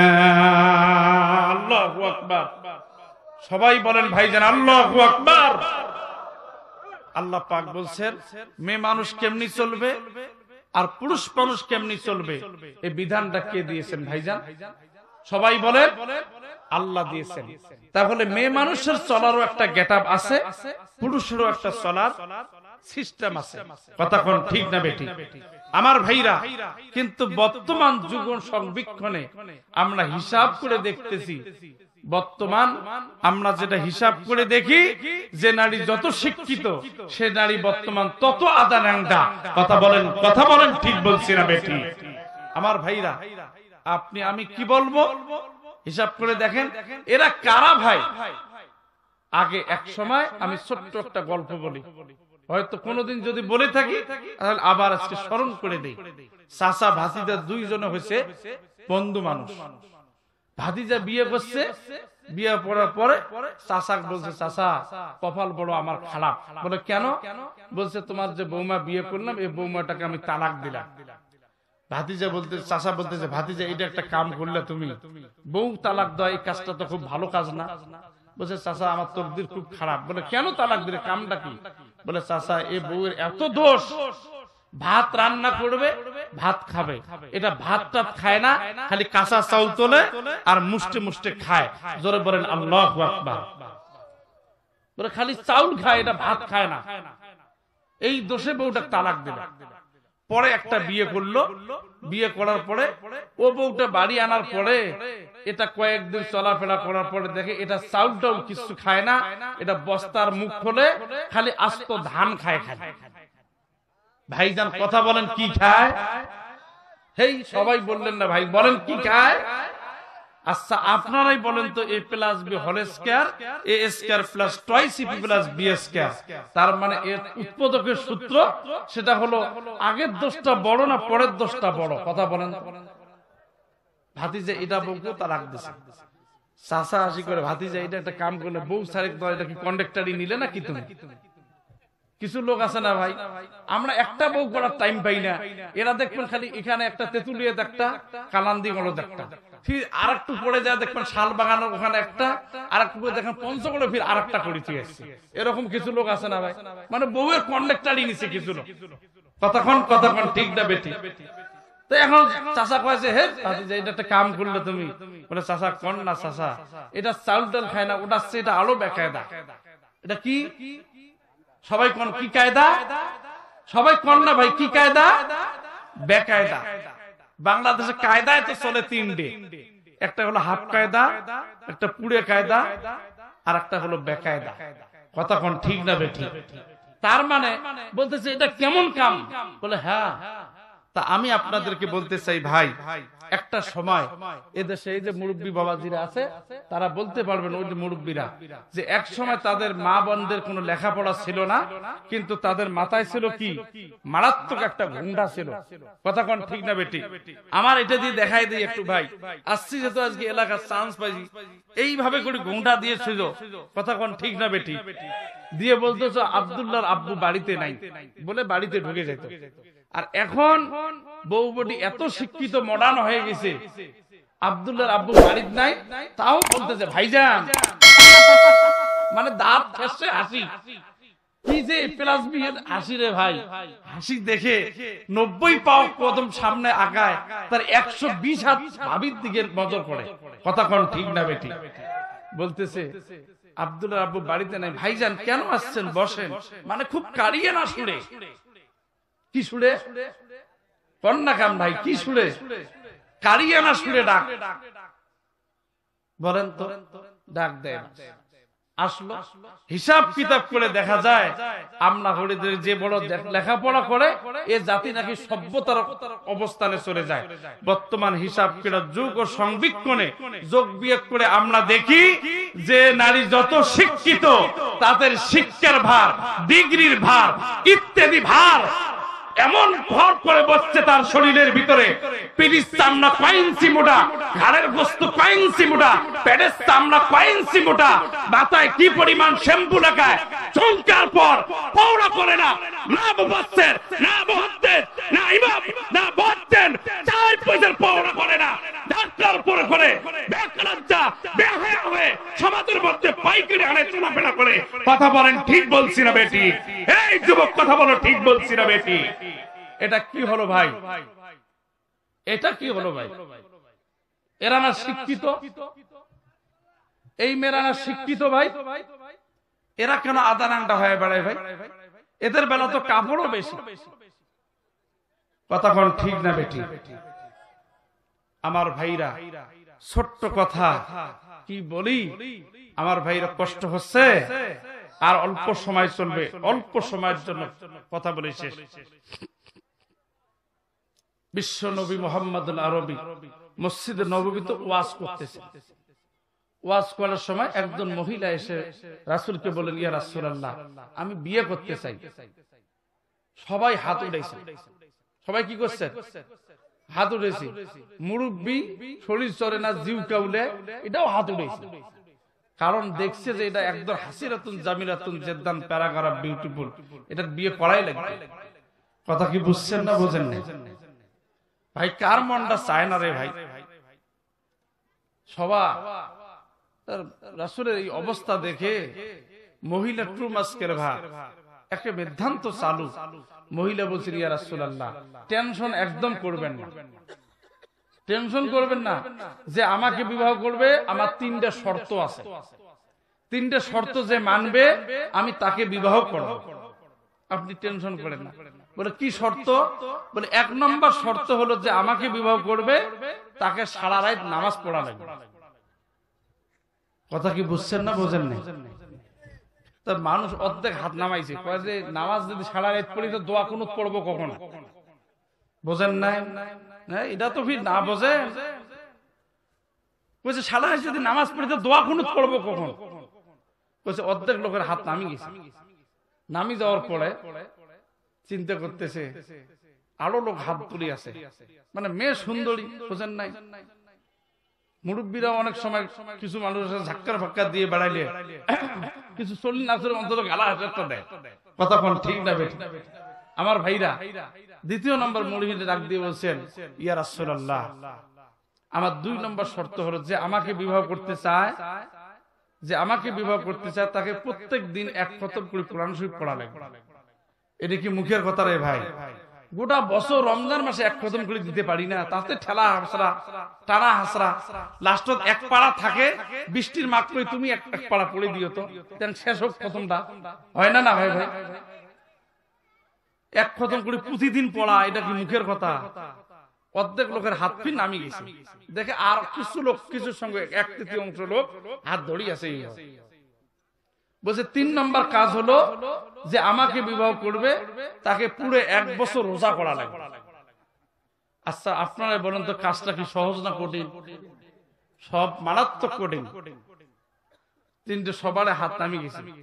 সমাজের মধ্যে কিছু লোক থাকে না, ওক নিয়ে মজা নেয়। 4-5 জন লোক, যেমন হাবুবা টাইপের কিছু লোক থাকে, 5টা বা 10 জন লোক একসাথে যাবেন একই টাইপের, ওর মধ্যে দেখবেন একটা লোক দুর্বল বাইর হয়। ওই যত দোষ আসে সব করে মাথা ঢালে দিয়ে এমরা মজা নেয়। কথা কোন ঠিক না বেঠিক? ওই রকম একজন সাহাবী ওই হাত নামায় না, ওই হাত এইভাবে ধরি আছে। বাকি সাহাবীরা হাসে, বলে কি রে, আমার 2-3টে বউ চালার মতো ক্ষমতা আমাদের আছে, আর এটা তো নারপানি, এটা শরীর জীব চলে না, জীব কাউলে, এটা হাত নামায় না রে, ওই হাত নামায় না।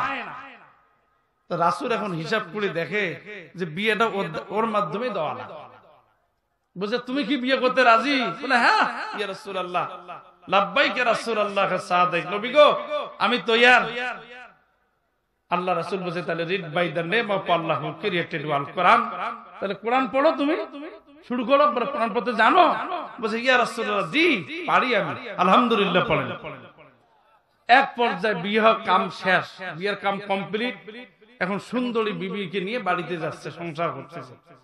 এই সপ্তাহ যায়, মাস যায়, দিন যায়, এই আর একটা কাজও করে না ঘোড়ার ডিম।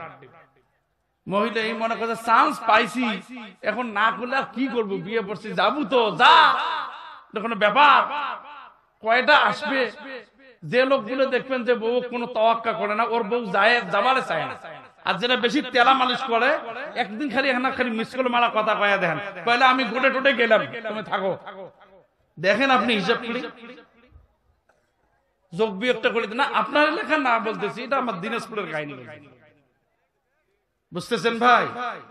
এক পর্যায়ে তারপরের দিন বলছে মহিলা, বলছে ভাই একটা কথা শোনো, আমি আর মানতে চাই না, তুমি চলো আমরা রাসূলের কাছে যাব। তুমি তো একটা আমলও করো না এটা। বলছে চলো, বুদ্ধি থাকলে যা হয়, খালি ওয়াজ শোনেন না, ওয়াজ মাথার ঢুকি বাড়ি নিয়ে যাবেন। ওই সাহাবী ওয়াজ শুনছে, রাসূলের মাথার ভিতরে ঢুকাই নিয়েছেন, মগজে ঢুকাই নিয়েছেন, আমলে নিয়েছেন। আল্লাহু আকবার। আমার ভাইরাম গভীর মনোযোগ, সংক্ষিপ্ত আকারে কথাটা বলে দিয়ে যায়। আল্লাহর নবীর সাহাবিয়া মহিলা স্বামীকে 1 হাত দিয়ে ধরলেন, ধরার পরে বলল চলো চলো আমরা রাসূলের দরবারে যাই। বিয়া করলেন কিন্তু আমলের খবর নাই। আর আমাদের মেয়েরা যদি বিয়া করতে চায়, দেখে ছেলে দাঁড়িয়ে আছে, এটা ছেলে বিয়া করা যাবে না, ছেলের চাকরি নাই, বিয়া করা যাবে না। গাঁজা খায়, গেরনে মদ খায়, গাঁজা ছাড়া বোঝে না, ফেন্সিডিং ছাড়া খায় না, এরপরে পালসার ছাড়া দৌড়ায় না, এরপরে বাবাজি আমার কোনো কর্ম নাই, ঝাক্কার বাড়া মস, এমন পাশা চিন্তা দিলে 100 টাকা গোস্ত বের করা যায় না। যদি ওই ছেলে যদি ওইভাবে দৌড়ায়, দেখবেন মডার্ন সিভিলাইজেশনে ওই ছেলেদেরকে আজকে পছন্দ করে। বিয়ে হওয়ার পরে দেখে সন্তান নেশা আরেক দিকে মুখ করে ঘুমায় আছে। স্বামী গো আসো, তোমার সাথে আমার আজকে ভালোবাসার একটা বন্ধন তৈরি করে। স্ত্রী কথাও শোনে না, স্ত্রী ডাকে, স্বামী ডাক দেয়, স্ত্রী হাতটা ঝটকে ফেলায় দিয়ে নেশার ঘুমোতে যেন ঘুমায় থাকে। এ বাবাজি গভীর মনোযোগ, মেয়েটার স্বামীকে ধরে বললেন চলো আল্লাহর নবীর কাছে চলো, তোমার বিচার করব, আজকে তোমার বিচার করব, তুমি আমার বিবাহ করছো, তোমার জীবনটা তুমি আমার জীবনটা ব্যর্থ ঘোষণা করছো, চলো চলো। স্বামীকে নিয়ে যায়, স্বামী আস্তে করে মুচকি হাসি দিয়ে বলেন বিবি যাও, এটা কোনো ব্যাপার না, এ প্লাস বি হোল স্কয়ার এ স্কয়ার প্লাস 2। বিয়ে করছো এই হুকুম নিয়ে কাজগুলো করো না কেন? বলে হুজুর আপনি তো বলছেন ইন্নাল জান্নাতা হুররিমাত আলাল আমবিয়া হাত্তা আদখুলুহা, আপনি তো বলছেন আমি জান্নাতে যাব, তারপরে সবাই জান্নাতে যাবে। এই জান্নাতে যাওয়ার জন্য চাবি একটা লাগে, সেটা হলো নামাজ। সুবহানাল্লাহ পড়েন। আর নামাজের এত মর্যাদা, রাসূল বলেন বাশশিরিল মাশাইনা ফিজ জুলমি ইলাল মাসজিদি ফিন নূরি তাম্মি ইয়াউমাল কিয়ামাতি। রাসূল বলেন লোকগুলো যদি অন্ধকার অবস্থা থাকে, তারপর লোকগুলো মসজিদে গিয়ে নামাজ পড়ে, এশার নামাজ আর ফজরের নামাজ জামাতে পড়ে, তাহলে সারা রাত নামাজ পড়লে যে সওয়াব হয়, এই সব তার আমলনামায় থাকে। আলহামদুলিল্লাহ একবার বলেন। মনে হয় আর দুর্বলতা হয়েছে, শরীর কি দুর্বল? ভাইজান সবাই বলেন আলহামদুলিল্লাহ। আমার ভাইরা বাদ দিয়ে দেয়, ওই দুইটা আরেকদিন বলবো নাকি? হ্যাঁ বলবো? তাহলে একটা তাকবীর দিয়ে দেন, লিল্লাহি তাকবীর। যদি একটা লোক ওঠে তাহলে ওটা টানি ধরবেন, বলি নাই মিস কল শিখিয়ে দেই নাই, এটা রেকর্ড হচ্ছে, বারবার এগুলো মিস কল শিখাবো না কিন্তু, বুঝছেন? বারবার একদম সবাই বসে পড়বে আমার ভাইরা। এক পর্যায়ে রাসূলকে বললেন ইয়া রাসূলুল্লাহ, এটা তো আমার সহজ, এশার নামাজ আপনার পিছনে পড়ছি, তারপরে ফজরের নামাজ আপনার পিছনে পড়ছি, আপনি এশার নামাজের সূরা 3 তেলাওয়াত করছেন আজকে। বলছে এটাও মনে আছে? কথা তো ঠিক। বলছে হ্যাঁ এটা তো ঠিক। রাসূল মুস্কি একটা হাসি দিলেন, আল্লাহু আকবার বলেন। দ্বিতীয় নম্বর খবরটা কি? বলে হুজুর এটা তো আরো সহজ, কোরআন শরীফ পড়া। বলে কি কও কি রে, মানুষ এক খতম কোরআন শরীফ পড়তে পারে না আর এই বলতেছে সহজ? বলছে হ্যাঁ। বলে সহজ হলো এই, নবীজি বলছেন সূরা ইখলাস, কুল হু আল্লাহ সূরা, এটা যদি একবার কেউ পড়ে তাহলে 10 পারা কোরআন শরীফ তেলাওয়াত করলে যে সওয়াব হয়, অর্থাৎ 3 ভাগের 1 ভাগ তেলাওয়াত করলে কোরআন শরীফে যে সওয়াব হয়, এই সব আল্লাহ তার আমলনামায় দেয়। সুবহানাল্লাহ পড়েন। এই জন্য আপাতত আপনার এই গোলাম, আমার পিতামাতা আপনার পায়ের উপর কুরবান হয়ে যাক ইয়া রাসূলুল্লাহ, লাব্বাইক ইয়া রাসূলুল্লাহ, সাদাই নবী। চিন্তা করেন না, 3 বার কুল হু আল্লাহ সূরা পড়ি, 1 খতম কোরআন শরীফের সব আমার কাছে জমা আছে, আলহামদুলিল্লাহ পড়েন। ওই 1 খতম দেওয়ার পরেও আরো 1 খতম জমা আছে, আল্লাহু আকবার বলেন। বুঝে 3 নম্বরটা 1 বছরের রোজা। বুঝে এই তো গেল রমজান মাস পার হয়ে, রমজানের পরে শাওয়াল মাস, এই শাওয়ালের মাসে যে ব্যক্তি 6টা রোজা করে, রাসূল বলেন 1 বছরের রোজা করার সব তার আমলনামায় থেকে যায়। সুবহানাল্লাহ পড়েন। এটাও আছে। আল্লাহ রাসূল হাসি দিয়ে বললেন, আমার সাহাবী মেমোরির ভিতরে আমল ঢুকাই দিয়েছেন, বদ্ধ দোয়া করে দিলাম জীবনে বরকত হোক, 2 স্বামী স্ত্রী জীবন যাপন করতে শুরু করছেন, আলহামদুলিল্লাহ একবার পড়ে। আমার ভাইরা, এই মা বোনেরা গভীর মনোযোগ, আপনাদের এলাকার মা বোনেরা ভালো, আমি তাদেরকে এই কথাগুলো বলতেছি না, গালি দিচ্ছি না, এটা আমাদের দিনাজপুরের কাহিনী বলতেছি, সংক্ষিপ্ত আকারে কথা। ভাইজান স্বামী স্ত্রীতে 2 জনে লাগছে ঝগড়া, বেড়ারা 2 জনে থাকে ঢাকায় চাকরি করে, ওইখানে থাকে, বুড়ে আর বুড়ি ঠান্ডা দিনত, দেখেন তো ভাই পুষ মাসি ঠান্ডা, অনেক ঠান্ডা না, মুরব্বীরা আগুন না তাপাইলে শরীর হিট হয় না। 2 স্বামী স্ত্রী 3 দিন পর্যন্ত কথা বলা বলি নাই। বুড়ে বলতেছে জীবনে বহুত কথা বলছি, আর কথা বলবো না। বুড়ি বলতেছে বহুত জ্বালাইছেন, আর জ্বালান সহ্য করবো না। দুইজন পাশের মহিলা এসে বলছে তোমরা দুইটা মানুষ থাকেন বুড়ে বুড়ি, তো দুইজনে যদি কথা না বলেন তাহলে বাড়ি চলবেন কেমনি তোমরা? বলছে না ভাই আমি আর কথা বলবো না। এও বলছে ভাই আর আমি কথা বলবো না, মীমাংসা আর হয় না। মীমাংসা কেমনি হইল বলবো? দুইজনে ধরছে ঘরের ভিতরে আগুন তাপাইতে, আগুন তাপাইতে ধরিয়া বুড়ের লঙ্গি ধরছে আগুন। বুড়ের যত লঙ্গি আগুন জ্বলে, বুড়ে আডুম সাডুম হয়ে আরো আগুন তাপায় বেশি করে, মনে করতেছে আগুনের ঝাঁজ ভালোই উঠতেছে। বুড়ি কিন্তু দেখা পাইছে যে বুড়ের লঙ্গিতে আগুন ধরছে। এখন বুড়ি চিন্তা করতেছে বলবো না বলবো না, যদি বলি তাহলে কথা বলা হচ্ছে, লোক তো বাড়িতে নাই, কার নাম নিয়ে কয়, বড় মুশকিলত পড়ে গেছে। মেয়ে মানুষ কিন্তু তার লসের ভাগটা ভালোই বোঝে, বোঝেন নাই?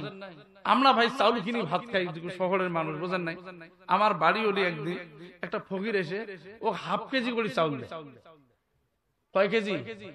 Half KG. তা আমি 25 কেজি চাউলের বস্তা আমরা খাই, হাফ কেজি করে চাউল দাও, তাহলে এইভাবে 10টা ফকিরক যদি তুমি দাও, দিনে 5 কেজি চাউল চলে যায়, তাহলে থাকে কি? বলছে না না এটা বেশি না, এটা ভালো ভালো ফকির তো এই জন্য একটু বেশি করে দেই। ভালো ফকির, বোঝেন নাই? তা আমি একজন চাঁদে আছি, শুয়ে আছি, মোবাইলে কথা বলতেছি, তো দেখি যে ওই বুড়ি আসছে ভিক্ষা নেওয়ার জন্য আসছে। তা আমি চিন্তা করলাম যে একটু ভালো ফকিরটা এখানে টেস্ট করে দেখি তো কেমন ভালো ফকির। আস্তে করে যেমন বলে বাবাজি বউ কয় কোনা বাহে? বলছে না আল্লাহ রহমত আপনাদের দোয়ায় আল্লাহ দিছে 4 কোনা বউ আছে। কয় কোনা? 4 কোনা। তাহলে বলে কোনা বলে। তা আমি হাসতে হাসতে বাড়িতে যা বলি, বাড়ি উঠে বলতেছি যে দেখো আমিও একটা ভাল ফকির সাজবে সব আছি। বলে কেন? বলে ওই ফকির তো ভাল ফকির তো 4টে বউ, তা আমার তো তুমি একটা, তাহলে আরো 3টে করবার পাই আমি। বলছে না এইগুলো তোমার কোন ঢং ধরে আসলেন, কথা বোঝেন নাই? মানে ওটা লস আইটেম, ওটা মেনে নিবেন। এখন বুড়ি চিন্তা করতেছে হায় রে বুড়ের লঙ্গিত আগুন ধরছে, যদি না বলি তাহলে বুড়ে তো টুইন টাওয়ার শুদ্ধে পড়া যাবে, তাহলে লস হলে আমারই হবে। এখন যদি না বলি তাহলে বুড়ের সাথে কথা বলা হবে আমার, কি এক বেকায়দা। বুড়ি বলতেছে কেমনি সাবধান করে দিচ্ছে বুড়ে, জানেন তেমন কথা বলবে না বুড়ের সাথে। এখন বুড়ি ডাক দিয়ে বলতেছে কারো লঙ্গিত আগুন ধরছে, কারোর সাথে আমরা কথাও কই না, কারো লঙ্গিত আগুন ধরছে তাও আমরা কই না। বুড়ি এখন থক থক করে দৌড়ে উঠে বলতেছে আগুন তাপাচ্ছি তো আমি একটা লোক, কারো লঙ্গিত আগুন ধরছে তাও আমরা কই না, কারোর সাথে কথাও কই না, এ কথা কার? বুড়ে উঠি দেখে নিজের লঙ্গের মধ্যে আগুন, লোকে আগুন ঝাড়ে আর বলতেছে কি আমার না হয় সুখ শুদ্ধে পড়া যাক, তোমার কাউ কবার কষি। কথা বোঝেন আমার ভাইরা? মেয়ে মানুষরা এটা আপনাদের এলাকা না, এটা আমাদের এলাকার কাহিনী বললাম। আপনাদের মা বোনেরা ভালো আছেন আলহামদুলিল্লাহ, একবার বলেন। আমার ভাইরাম আল্লাহ রাব্বুল আলামিন ডাক দিয়ে বললেন নবী গো বলে দাও এই পৃথিবীর মধ্যে পুরুষ মানুষ কেমনি চলবে, মেয়ে মানুষ কেমনি চলবে, তার বাস্তব একটা ডিসিশন আমার আল্লাহ দিয়েছেন। আল্লাহ বলছেন নবী মেয়ে মানুষটা চলবে পর্দার ভিতরে, ঘরোয়া পরিবেশে, যাতে করে তারা তাদের চেহারার প্রদর্শনী করে না বেড়ায়, বিধানটা দিয়েছেন আল্লাহ। জোরে বলেন সুবহানাল্লাহ। বুঝতেছেন? মা বোনদেরকে পর্দায় রাখবেন কি রাখবেন না? আপনারা তো মনে হয় পর্দায় থাকেন, আশা করা যায় পর্দায় মনে হয় থাকেন। আল্লাহ যেন পর্দায় রাখার তৌফিক দান করে, বলে আমিন। তাহলে পর্দায় থাকতে হবে 1 নম্বর। 2 নম্বর স্বামীর খেজমত। খবরদার মা বোনেরা, আপনাদের এলাকার মা বোনেরা ভালো আছে তারপর একটু মিস কল দিয়ে যাই যদি কেউ থাকে। খবরদার শ্বশুর মানে নিজের স্বামীর সঙ্গে এরকম জেদ ধরবেন না। আল্লাহর নবী বলছেন আল্লাহকে সেজদা দেওয়ার পরে যদি কোনো জায়গা থাকতো নারীদেরকে সেজদা দেওয়ার অনুমতি দেওয়া থাকতো, তাহলে তার স্বামীকে সেজদা দেওয়ার অনুমতি দিত। আল্লাহু আকবার। কত দাম মা বোনেরা, আপনারা জানেন না। একটা স্বামীকে হারিয়ে দেখুন আপনার পৃথিবীর কোন জায়গায় আপনার মূল্যায়ন থাকবে না। স্বামী স্ত্রী কি জিনিস, আল্লাহর কি মেহেরবানি। আল্লাহু আকবার বলেন। আমার ভাইরা গভীর মনোযোগ। স্বামী আর স্ত্রী বানাইছে কোন মিস্ত্রি, সে বড় আজব কারিগর বলো রে, সে বড় আজব কারিগর। স্বামী আর স্ত্রী বানাইছে কোন মিস্ত্রি, স্বামী আর স্ত্রী বানাইছে কোন মিস্ত্রি, সে বড় আজব কারিগর রে বড় রে, সে বড় আজব কারিগর। ঠিক না বেটি? আমার ভাইরা, যেই দিন জীবনের নিঃশ্বাসের বরাদ্দ শেষ হয়ে যাবে বাবাজি, আমার গভীর মনোযোগ, একদিন আগে একদিন স্বামী স্ত্রী দুইজনে বিছানার মধ্যে শুয়ে পড়ছেন। রাত্রিবেলা দুইজনে গল্প করে স্ত্রী ডাক দিয়ে বললেন, স্বামী গো, আমি যদি আগে মারা যাই তুমি কি বিয়া করবা নাকি? স্ত্রীকে স্বামী ডাক দিয়ে বলেন, বিবি রে, আমি যদি মারা যাই তুমি বিয়ে করবে নাকি বলো? আমাদের ছেলে মেয়ে তো আছে, আর কি দরকার, কিছু করব না। দুইজনে গল্প করতে করতে রাতের 3টা বেজে যায়, কেউ ঘুমায় না। আহারে শোনার যান, এই মহব্বত কত যে দামি মহব্বত। স্ত্রী ডাক দিয়ে বলছেন, স্বামী গো, আপনি যদি চলে যান, এই খাটটা যে আমরা দুইজনে পরিশ্রম করে এত সুন্দর দামি খাট বানাইলাম, এই খাটটা হয়তো আমি শুইতে পারবো না। স্ত্রী ডাক দিয়ে বললেন, স্বামী গো, আপনার এই সিন্দুকের চাবিটা আপনার আর কোনোদিন কেউ আমাকে বলবে না। সিন্দুকটা খোলো না কেন বেবি, খোলো। ওই যে দেখো সিন্দুকের তালার ভিতরে তালা দেওয়া আছে, ওই জায়গার মধ্যে আমার মানি ব্যাগটা আছে, বের করে দাও।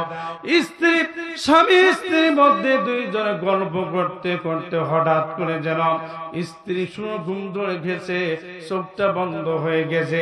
হঠাৎ করে স্বামী যেন নিঃশ্বাসটা বরাদ্দ শেষ হয়ে গেছে। রাত্রি যখন আজান হয়ে গেছে, ফজরের আজান হয়ে গেছে, স্ত্রী ডাক দিয়ে বলছেন, আব্দুল্লাহর আব্বু, ও সুমনের আব্বু, তোমরা ওঠো, আজান হয়ে গেছে, মসজিদে যাও। স্ত্রী যতই নড়ায় ততই নড়ে, কথাও বলে না, কিছু বলে না। হারে স্ত্রী এক লাফ দিয়ে স্বামীর ভিতর থেকে উপর দিয়ে লাফ দিয়ে বললেন, স্বামী ধন, আজকে কি গল্প করলা? কোথায় তুমি আমাকে ছেড়ে গেলে স্বামী গো? আজকে কি হলো তোমার, বলো তো, কেন তুমি ওঠো না? দরজা খুলে লাফ দিয়ে ছেলেকে ডাক দিয়ে বলেন, ছেলে, আমার বড় ছেলে, আমার শেষ ছেলে, আসো, আজকে দরজা খুলো, তোমার আব্বা কেন কথা বলে না? জোরে বলেন আল্লাহু আকবার। আমার ভাইরা, এই দুনিয়া থাকিবে না চিরকাল, একদিন ভাঙবে রে বাজার, ও তোমার হাতে কামাই যেদিন বন্ধ হবে রে, কি দিয়া হইবে রে পার, একদিন ভাঙবে রে বাজার। লিল্লাহি তাকবীর। ভাইজান, এই নিঃশ্বাসের কোন বিশ্বাস নাই, আছে কি ভাই? আসুন ভাইজান, আজকে কামা সাল্লাইতা আলা ইব্রাহিম ওয়া আলা আলি ইব্রাহিম ইন্নাকা হামিদুম মাজিদ। আল্লাহুম্মা বারিক আলা মুহাম্মাদ ওয়া আলা আলি মুহাম্মাদ কামা বারাকতা আলা ইব্রাহিম ওয়া আলা আলি ইব্রাহিম ইন্নাকা হামিদুম মাজিদ। আল্লাহ রাব্বুল আলামিন, দোয়া করলে আল্লাহুম্মা আমিন। দোয়া করতাম বদর গাহে যে লাগে, হায়াতে দৌলতে ইলমে দারাজি, मन कर जब दर जाते जिंदगी हिस्से हासिल मन कर जब दर जाते जिंदगी रब्बुल आलामीन अल्लाह अपना गुनाहगार আমরা পাপা সরি আল্লাহ আয় আল্লাহ তোমার কতগুলি গুনাহ তোমার কতগুলি বান্দা বান্দি একত্রিত হয়ে আল্লাহ গভীর রজনীতে আল্লাহ তোমার কোরআনুল কারীম আলোচনার পর আমরা সবাই মিলে তোমার শাহিন শাহ কদম সদর দপ্তরে আমাদের গুনাহগার হাত দুখানা বাড়াই দিয়েছে আল্লাহ দয়া করে মাবুদ আমাদের সকলের মনের নেক মকসদ গুলো পূরণ করে দাও জীবনের গুনাহগুলো তুমি মাফ করে দাও আয় আল্লাহ এই এলাকার মানুষ যারা সহযোগিতা দিয়ে আমার কলিজার টুকরা যুবক ভাইরা আজকের এই তাফসীরুল কোরআন মাহফিলের আয়োজন করেছেন, আল্লাহ দয়া করে আমার কলিজার ভাইদেরকে তুমি কবুল করে নাও, আমার বাবাজিদের মুরব্বীদেরকে কবুল করে নাও, মা বোনদেরকে কবুল করে নাও। আল্লাহ চেয়ারম্যান সাহেব সহ আল্লাহ আমাদের এই আল্লাহ পঞ্চগড় জেলার সম্মানিত আল্লাহ জেলা আমির সাহেব আল্লাহ তিনি সহ আজকে যত অতিথিবৃন্দ এখানে উপস্থিত রয়েছেন, আল্লাহ সকলের দোয়াগুলো কবুল করে নাও, সকলের মনের নেক হাজতগুলো পূরণ করে দাও। আয় আল্লাহ, আমার সভাপতি সাহেব আমার সঙ্গে উপস্থিত আল্লাহ আমার প্রিয় ভাই কোতের কিসের টানে কিসের মহব্বতে কোরআনের মহব্বতে আল্লাহ আমার সবর সঙ্গে হয়েছে, আল্লাহ দয়া করে আমার প্রিয় ভাইকে মাফ করে দাও, আল্লাহ তার পরিবার পরিজন সন্তানদের মাফ করে দাও। আয় আল্লাহ, তোমার কুদরতি কদমে মস্তক অবনত করে আবদার জানাই আরশের মালিক আল্লাহ গো, আমরা জীবনে যত গুনাহ করেছি সমস্ত গুনাহগুলো তুমি আমাদের মাফ করে দাও। আল্লাহ দয়া করে তুমি আমাদের জীবনের গুনাহগুলো মাফ করে দাও। আমাদের কদ্দর অন্তরে মা বোনেরা হাত উত্তোলন করেছেন, আল্লাহ তাদের মনের নেক মকসদ গুলো পূরণ করে দাও। আয় আল্লাহ, গভীরেতে আমার চেয়ারম্যান ভাই হাত উত্তোলন করেছে, আল্লাহ আমার ভাইকে তুমি মাফ করে দাও, ইসলামের জন্য আমার প্রিয় ভাইকে কবুল করে নাও। আমার মুরব্বী বাবাজিরা আব্দুল করিম মেম্বার সাহেব সহ আয় আল্লাহ আমার পাবেল ভাই সহ আয় আল্লাহ যাদের বাসায় আমি অবস্থান করলাম সকলকে তুমি মাফ করে দাও। খানা দিনা করলাম আল্লাহ তুমি তাদেরকে মাফ করে দাও। এলাকাকে আল্লাহ তোমার পক্ষ থেকে এলাকার সমস্ত মাইত গুলোকে মাফ করে দাও। তাদের কবরে আযাব থাকলে আযাবকে উঠাই নিয়ে কবরের মধ্যে তাসকিনাতুল ছল্লে অবতীর্ণ করে দাও। রব্বুল আলামিন জারিরা বাউলা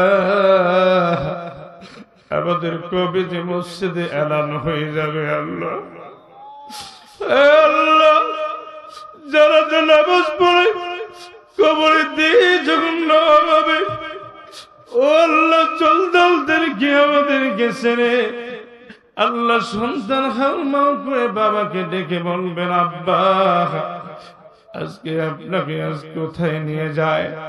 আব্বা ডাক দিয়ে বলবে আমার বড় ছেলে আমার মেজ ছেলে আমার ছোট ছেলে তোমার আব্বাকে আজকে কোথায় নিয়ে যায়। এক পর্যায়ে বাবাজি এক পর্যায়ে প্রত্যেকটা মানুষের জীবনের পরিসমাপ্তি ঘটবে। রব্বুল আলামিন সাদা কাপড় পরাই দিয়ে লাশটা কাঁধের মধ্যে নিয়ে যখন জানাজা নামাজ শেষ করে কবরের পশ্চিম প্রান্তে লাশটা রাখবে। লাশ রাখার পরে দুইজন লোক কবরে লাফ দিয়ে নামার পরে যখন ডাক দিয়ে কবরে লাশ নেওয়ার জন্য হাত বাড়াবে, ওই মৃত ব্যক্তি যদি গুনাহগার হয় কবরে দিয়ে তাকার সঙ্গে সঙ্গে দেখবেন কবরের মধ্যে আগুন দিয়ে 99টা সাপ দিয়ে পরিপূর্ণ হয়ে আছে। হাউমাউ করে টুকরে কেঁদে ওঠে বলবে আবার ছেলে রে তোমার আব্বাকে আজকে কোথায় রেখে যাও, তোমার আম্মাকে আজকে কোথায় রেখে যাও। আর জীবনে আব্বা জানের মুখটা দেখতে পাবা না, আম্মা জানের মুখটা দেখতে পাবো না, কিন্তু তারপর তোমার হুকুম অনুপাতে কবরস্থ করে তারপরে বাড়িতে ফিরতে হবে। আরশের মালিক আমাদের আব্বা জান আম্মা জানের কবরটাকে জান্নাতের টুকরা বানায় দাও, কবর থেকে জান্নাত পর্যন্ত রহমতের রাস্তা তৈরি করে দাও। আরশের মালিক এই এলাকার সমস্ত মুসল্লিন কিরাম আল্লাহ যারা আজকের মাহফিলে হাত উত্তোলন করেছেন সবার জন্য তোমার জাহান্নামের আগুন হারাম করে দাও, বলেন আমিন।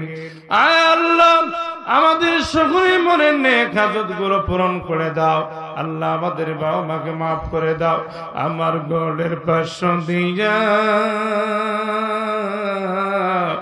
জুতা স্যান্ডেল পায়ে দিয়া কেঁদে তুমি হেঁটে গজা আজ বুঝি দিলেন জনমের বিদায়। আল্লাহ তোমার জাহান্নামের আগুন আমরা সহ্য করতে পারবো না আল্লাহ, তোমার কবরের আযাব আমরা সহ্য করতে পারবো না আল্লাহ। জানি না মাওলা রে কবে যে আমাদের নিঃশ্বাসে বরাদ্দ শেষ হয়ে যাবে। আমার আল্লাহ অনেকে দোয়া চেয়েছেন আল্লাহ, তুমি তাদের সকলের মনের নেক হাজত পূরণ করে দাও আল্লাহ। আমাদের ইমাম সাহেব আয় আল্লাহ তিনি মৃত্যুবরণ করেছেন, আয় আল্লাহ আব্দুল হালিম, আয় আল্লাহ তাআলা তিনি দোয়া চেয়েছেন আল্লাহ তার দোয়া কবুল করে নাও আল্লাহ। অনেকে দোয়া চেয়েছেন আল্লাহ তুমি দয়া করে, অনেকের বাবা নাই, অনেকের মা নাই, এতিম অবস্থায় আম্মা বলে ডাক দিবেন জায়গা নাই, আব্বা বলে ডাকা দিবেন এই আব্বা নামের বট গাছে ছায়াটা নাই। কবিরাতে আল্লাহ আল্লাহ আল্লাহ কোন বান্দা তোমার মা হারিয়েছে, কোন বান্দা বাবা হারিয়েছে আল্লাহ তুমি জানো। দয়া করে তুমি তাদের কবর গুলোকে জান্নাতের বাগিচা বানায় দাও। আল্লাহ বাবার কবরটাকে জান্নাতের টুকরা বানায় দাও আল্লাহ। সকলের মনের নেক হাজত গুলোকে পূরণ করে দাও। আজকের দোয়ার আয়োজনকে কবুল করে নাও, আজকের এই মাহফিলকে কবুল করে নাও, মাহফিল কমিটিকে কবুল করে নাও, মাহফিল সভাপতি সেক্রেটারি আয় আল্লাহ কমিটি বিন্দু সদস্য বিন্দু আমার যুবক ভাইদেরকে তুমি কবুল করে নাও আল্লাহ। পদ্মার অন্তরের মা বোনেরা হাত উত্তোলন করেছে আল্লাহ, তুমি তাদেরকে কবুল করে নাও আল্লাহ। আমাদের ভিতরে কোনো অসুস্থ থাকলে তুমি শিফা দিয়ে দাও। রব্বির হামহুমা কামা রব্বায়ানি সগীরা আমিন সুম্মা আমিন কালিমাতুন ইনদাল মাউতি লা ইলাহা ইল্লাল্লাহু মুহাম্মাদুর রাসূলুল্লাহ। আসসালামু আলাইকুম ওয়া রাহমাতুল্লাহ।